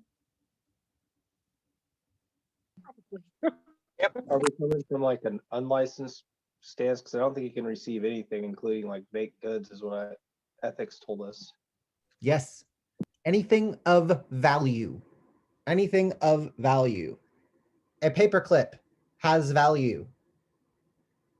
You cannot accept anything. It is a paperclip. It's a little hard paperclip. All right. So I would say, yes, a donation is definitely compensation. What else would count as compensation? Gratuity. Gratuity. Gratuity. What else? Trades. Trades. What's the word we're looking for there? Starts with a B. Honoré, I see you. Bartering. Bartering. Bartering. Bartering. If you trade a massage for a haircut, that haircut is compensation and it counts. Yep. All right, next question. What is a dual relationship? Like if you're massaging like your sister, you have. So that's an example. That's an example. Oh, what is it? Let's get a definite. What is it? You have basically a professional relationship and a personal relationship with them. Very good. So the therapeutic relationship is secondary to some other relationship. That could be a friendship. That could be, that's your preacher.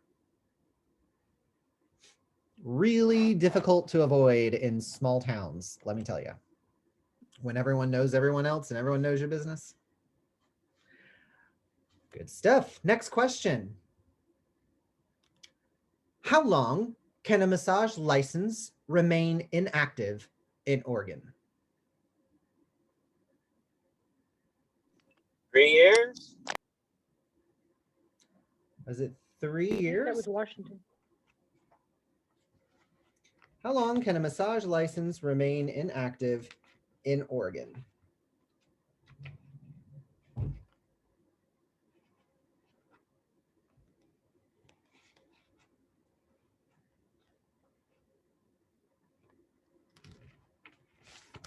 I'm pretty sure we said 2 years, right?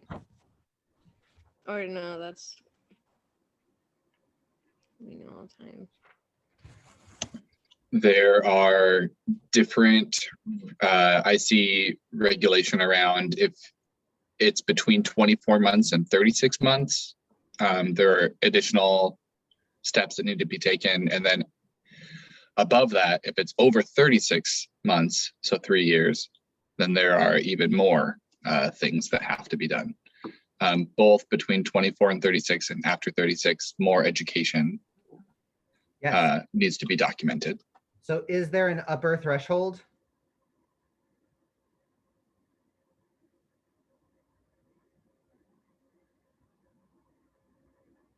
I don't see a limit. I just see that if it's after 3 years, then you have to show that you've taken education courses.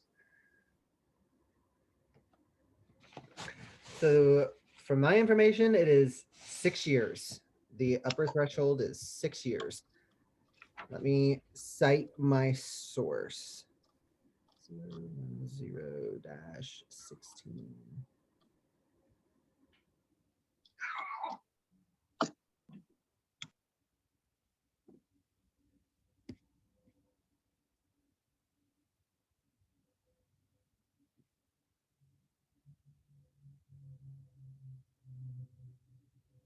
I'm looking through. I see a source. I'm just trying to find it.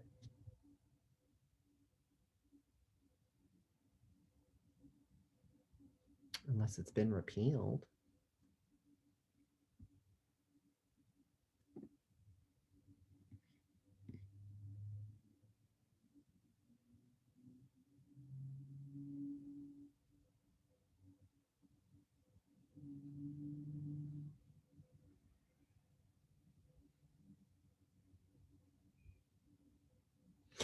There it is.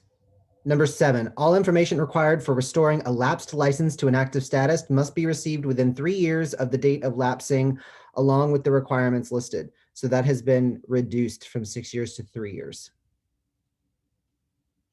Yep, I'm looking at the Oregon rules 334-010, section 17 under lapsed license.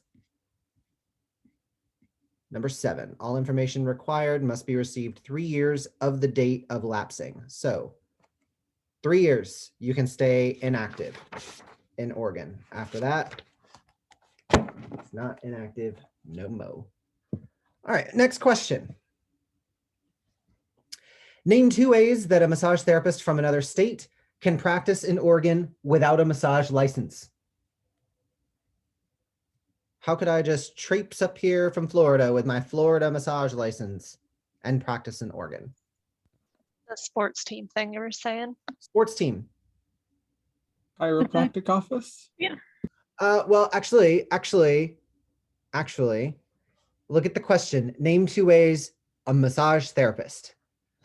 So we said the sports trainer and the chiropractor, those are exempt from licensure. But what we're saying here is, I am licensed in another state. How can a licensed therapist come to Oregon and practice? A temporary license? You can get a temporary license. Do we know any of the specifics on that? Like, is there a time limit? Yes, if I can find it.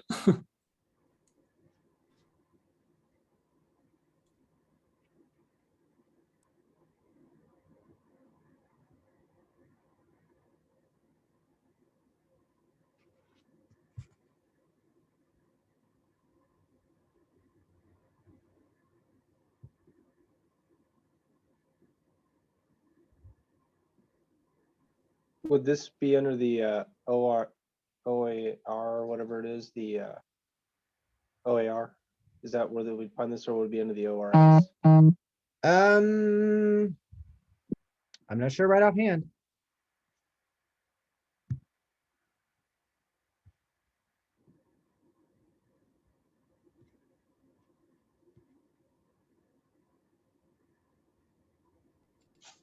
Okay, I think I might have found it under the ORS, under 687.031, under G, It says non-resident practitioners holding a valid license, permit, certificate, or registration issued by any other state or territory of the U.S. or foreign country, and temporarily practicing massage in this state for a period not exceeding 30 days for the purpose of three things. We got presenting educational or clinical programs, lectures, seminars, or workshops, furnishing massage services during an emergency as part of a disaster response team, or consulting with the massage therapist licensed in this state regarding massage practices or services. Well done, Luke. That was precisely what we were looking for. So how can a therapist from another state come to Oregon and without an Oregon license? Number one, teach a class. Travel around and teach your class. Number two, consult with the massage therapist about the business or their service or whatever. And the third was furnishing massage services during an emergency. Now, if this strikes you and you're like, wait, massage in an emergency, what? Let me tell you a cool story. Way back during September 11th, in the aftermath of the September 11th attacks, in the days and weeks following the attacks, we were sending firefighters into the rubble to search for survivors. And this, as you can imagine, was a very, very difficult job. These guys were pulling burnt parts out. You know what I'm saying? We were not exactly getting survivors.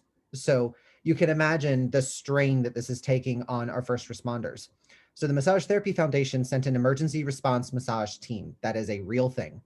And they set up little tents at ground zero. And as the firefighters were coming out of their shift, we would bring them into, I say we like I was there. I was not there. I was in high school. But the massage team would take these first responders, they'd bring them into a tent, they would give them massage. And it was a way of pulling them out of the traumatic situation, putting them back into their body, giving the nervous system cues that this stressful event is now over. It is now in the past. We are moving into the present. And it significantly helped with like rates of depression and anxiety amongst the first responders. It gave us the opportunity to do a lot of really good research on the effects of massage. You should read up on it. The emergency, it's like the emergency response team, massage response team, or something like the EMERT. The Massage Therapy Foundation and several other massage organizations will offer massage services during natural disasters or other kinds of emergencies. So if Portland got bombed, we could pull therapists from Washington and California, and they could come here and offer massage to our first responders without an Oregon massage license. Good job, Luke. Good find. Well done. All right, next question. What do both Oregon and Washington explicitly exclude from the practice of massage therapy? What are some things that are explicitly said, no, that does not count as massage? Moving Anything bones. internal? Not necessarily, because they add rules to do it, which means it counts, right? Like intraoral massage. So anything internal, they say you got to have a glove, you got to change your glove after each client, things like that. So that counts. Moving bones. Adjusting bones. We do not manipulate hard tissue. Anything else? Giving diagnoses? Diagnosing. Very good. Very good. This isn't just something that we're left up to figure out. They made it very clear. We cannot do that. Good stuff. If your mother received regular massage from you and paid for those massages, is your mother considered a client? Yes. Yes, she is. And guess what that means? Record Gotta have a keeping. license. And you got to keep records and all the stuff that goes with client, just like every other client. We got to write soap notes. So we got to keep medical histories. Massage businesses are required to provide a sanitary toilet. What other things are we required to provide? The Oregon law is extremely specific. Parking, No, right? I'm thinking in Wasn't the there? bathroom realm. I'm thinking in the restroom realm. Oh, And no, we are not required to provide parking. I Or thought that was a something thing. like a single use, not towels, but like single use paper towels or something about that. Mhm. Soap, Soap, sink, sink with hot and water, cold. hot and cold running water. Anything else? Besides making sure that it's like disability accessible. It's got to be ADA compliant. What else? Is there something in there about requiring a trash receptacle? You got to put a garbage can in the bathroom. Bathroom door has to lock from the inside.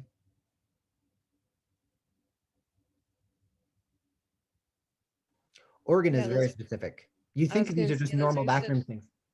I'm sorry, go ahead. I was just gonna say, like, those are such simple things that it's like it should already be there, so I didn't even think about it. Yeah. And that's what I was saying is you think like, well, duh, those are just normal bathroom things. But the thing is, no, those are put in there because they're required. And you can imagine some business owners, if it doesn't explicitly say I have to give you paper towels. No one told me the bathroom has to lock from the inside. You're telling me I have to buy another garbage can? Regulations.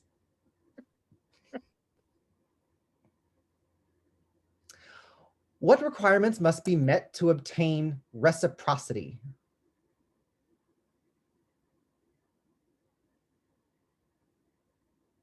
Maybe we should start with another question. What's reciprocity? Thank Payment? you.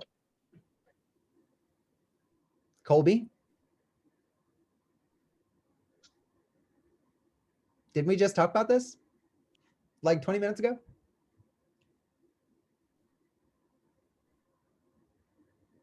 Wait, was that not you, Colby? I could have sworn it was you. No, I don't think so.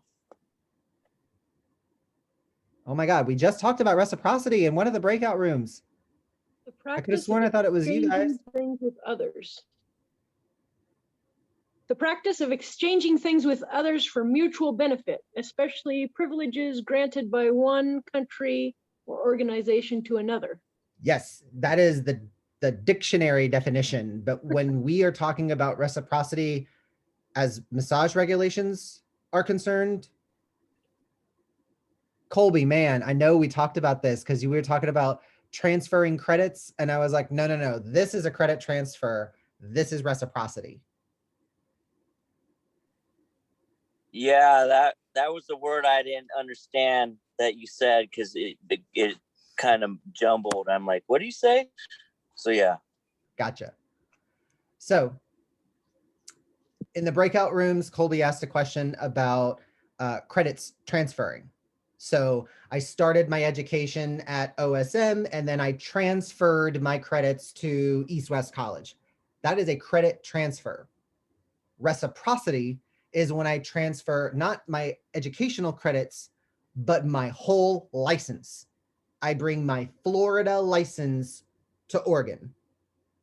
That's reciprocity. So what I did when I moved from Florida to Oregon, I applied to the Board of Massage and they looked at my Florida license and they looked at Florida's massage education requirements. And they saw, are they similar or better than Oregon's? And whatever the difference was, you might have to go back to school and make up that difference. In my case, I had to get re-fingerprinted. I had to pass the Oregon jurisprudence test. I had to, of course, complete an application and pay the fee. Naturally, it's the state. There's always a fee somewhere. And then I had to get CPR certified. But my education in Florida was seen as equivalent to what Oregon requires. So my education, my transcript, the whole thing just transferred over. So I had to do the extra stuff, the pay a fee, get my first aid certificate and all that stuff. And then I got an Oregon license. That is reciprocity. The whole license gets transferred over, not bits and pieces of educational credits from one school to another. We're talking about a license from one state to another. Yeah, I just found that finally in the ORS. Yeah. What's it say, David? The board may enter into an agreement with the appropriate regulatory body of any other state, territory, or foreign country for reciprocal licensing if the board determines that the qualifications and standards of the other state, territory, or foreign country are not less than those required in ORS long number. Yep. So let's In think about all what, of these. Yeah. yeah. So let's think about what this means. As long as your educational requirements are above what Oregon requires, then you can transfer in your license. But if you have a license from a state whose standards are lower than what Oregon requires, you got to go back to school and make up those hours. So if you went to a school in a state that requires 500 hours of education, Oregon requires 625. That means you are missing 125 hours of education. Now, if you're a newish therapist, you got to go back to school.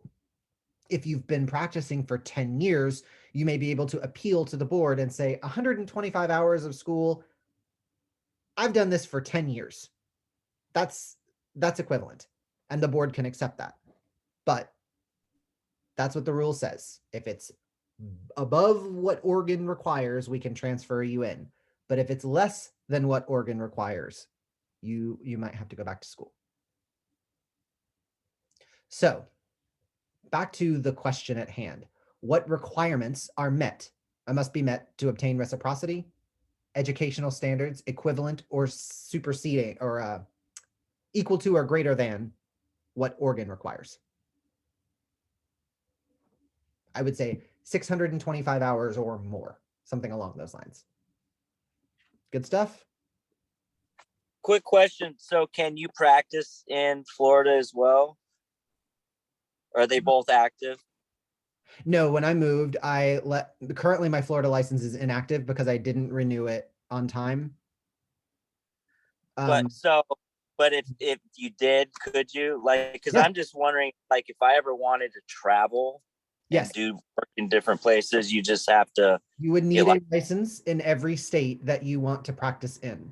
You can have licenses in multiple states. Nothing stops you. But remember, that means for each state, you have to go through the whole application process. You got to fill out the application, pay the fee, submit transcripts. You may have to get fingerprinted. You will have to get them to send your NBLEX scores, possibly. If they require any kind of CPR certification, you would have to meet each state's individual requirements. And then the continuing education requirements and pay the fee on time to renew each of those licenses. But there is no rule saying you cannot do that. You can. Is there such a thing as like a national certification? That is a really good question. I'm actually really glad you asked that, because the answer is tricky. What you are talking about, what you mean, the answer is no. Is there a certificate somewhere that will let me practice in all 50 states? No. It is very important that you understand me. There is a certificate called National Certification. It is given through the NCBTMB, the National Certification Board of Therapeutic Massage and Bodywork. They used to do the licensing exam when it was the NCETMB. Now it's the NBLEX. But before the NBLEX, the old licensing exam, that crew is still around churning out national certifications. National certification does not mean you can practice in all 50 states. What that means is you have taken extra education above what's required. And you get a special piece of paper to show it, and you get a fancy little pin that you can pin on your collar that says I'm nationally certified. That's all. It's a credential.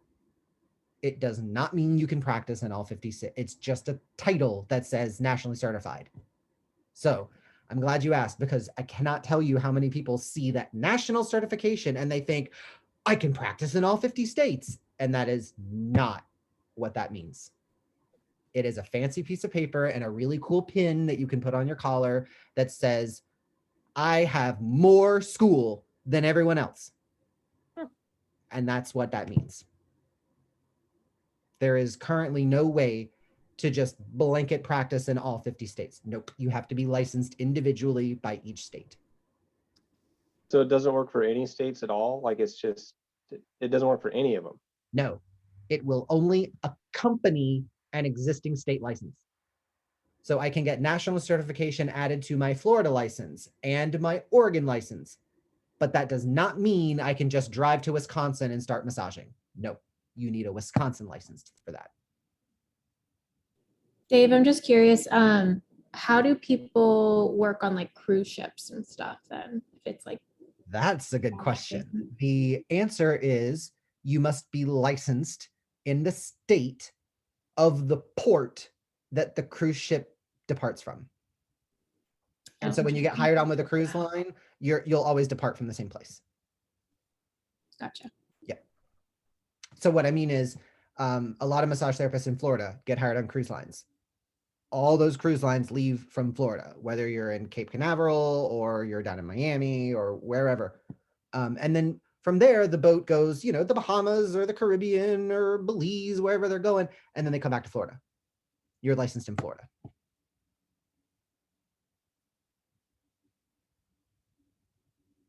You must be licensed in the state of that ship's home port. There you go. Good question, though. Very good question. A lot of therapists like to massage my way across Europe. That's also illegal, technically. You're not allowed to massage in Europe. Now, do people do it? Yes, but doing a thing is one thing. It being legal is an entirely separate question. So can you pack a backpack and massage your way across it? Yes, you can. But if you're not licensed in Europe, you're not allowed to do massage for money. You probably don't want to post it on Facebook though, because they'll find you. Yep, they will. Yep, I wouldn't recommend it. If you're gonna do massages like that, man, number one, don't advertise it. Number two, cash only. Do not leave a paper trail. Number three, if someone approaches you, you have no idea what they're talking. Massage what? No. All right. Those were the questions. I hope we're feeling good. I hope we're feeling confident. I hope we're getting the sense that this law stuff isn't really as tricky as the lawyers like to make it seem. It's actually pretty black and white. Most of the rules are pretty straightforward. So it is 11:46. So here's what I'm going to say. We are right at the end of class. So this last review, I intended for all of us to do this together. However, with only 15 minutes left of class, we're going to leave this as an option.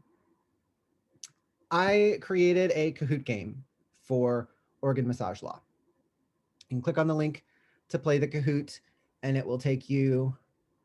Uh-oh, we couldn't find this. Because of course you couldn't. Because of course you couldn't.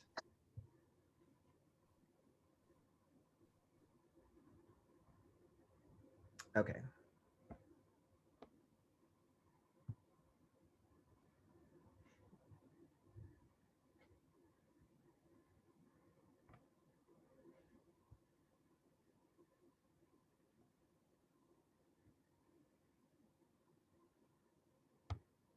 Okay, so if you were to go to the Kahoot website and search for a game, you'd have to click on Discover and search for a game called Oregon Massage Law.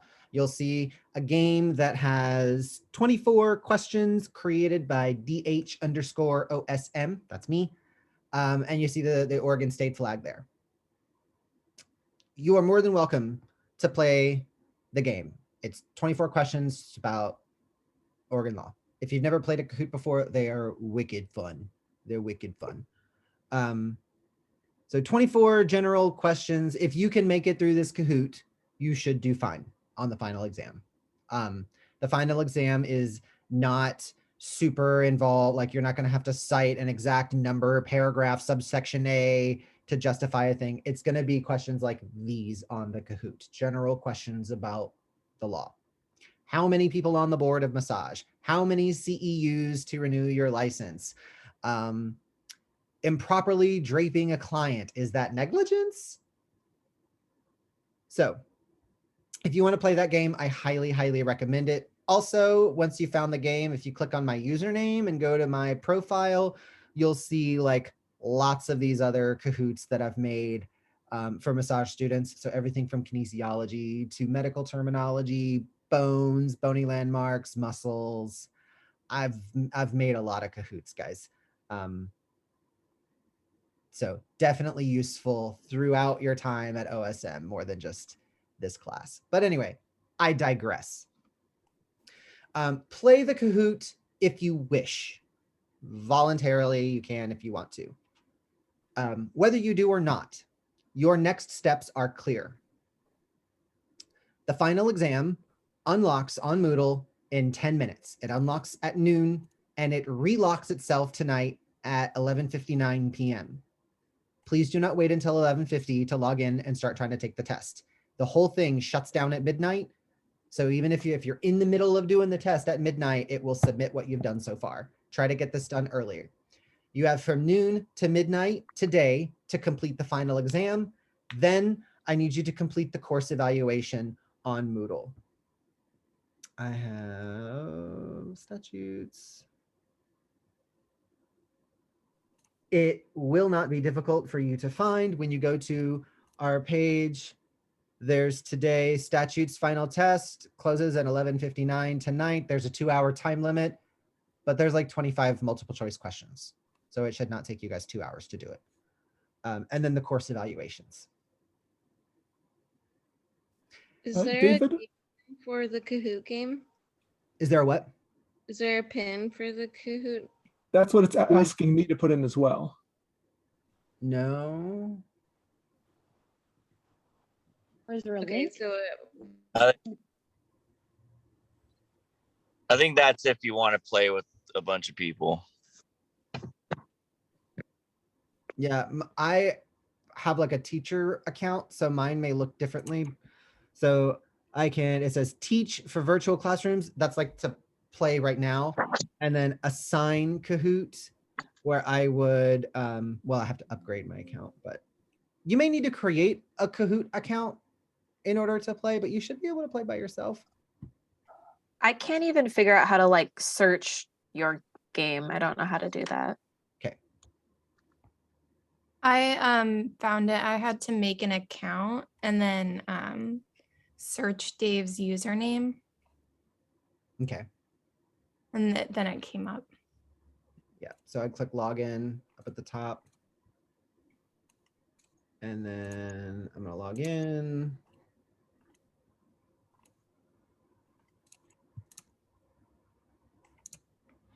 So at the top, you'll click on Discover.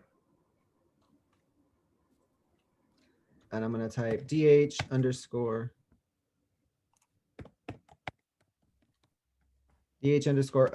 and it's going to show you all these that have been made by me. And if you've never played Kahoots before, then I recommend you start at the one that I marked Start Here. This is a, it's 5 questions. They're incredibly basic anatomy questions, like what is anterior? It's just meant to show you how to play the game. Just to get through the flow. 5 questions, you understand how the thing goes. Now that I understand, now I can play whatever else. History of massage, special populations, equipment, products, consultation, skeletal system, bony landmarks. Okay, so first we've got to do the sign up and then we put in your specific. Username. You got to search for my username. DH_OSM. Yeah, and once you have an account, you can just go to Discover and look up Oregon massage law, and it was the only one that popped up for me, so that works too. Cornered the market. Yes. All right, so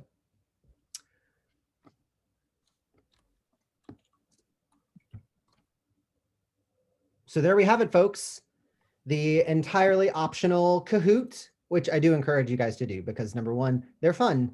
And number two, I've made a lot of different Kahoots for massage students. So one of them is going to be useful to you, at least at some point at OSM. Number two, final exam. Got to get it done today. Number three, course evaluation. When everything is done and your final exam is submitted, they should be graded automatically. I'll get your homeworks graded by this afternoon. So my hope is by tomorrow, if you go to statutes and you look at your final grade, that would be your final grade because it's averaged in all the stuff. All right, good stuff. Questions, comments, concerns? I'm good. Thank you for running us through Kahoot and for creating all these games. Of course, it's fun. All right, guys. Well, the law has been a little more enjoyable than we thought it would be. Maybe not so scary after all. Oh, Holly, that is a responsibility of the board in Washington to determine which states mirror their own as far as licensing and educational requirements. Yep, that's reciprocity. Yep. All right, guys. Have a wonderful week. It's been a really fun class. Good to see all of you. Enjoy your afternoon. And I will catch you guys sometime in the future. Thank you. Thank My you. pleasure.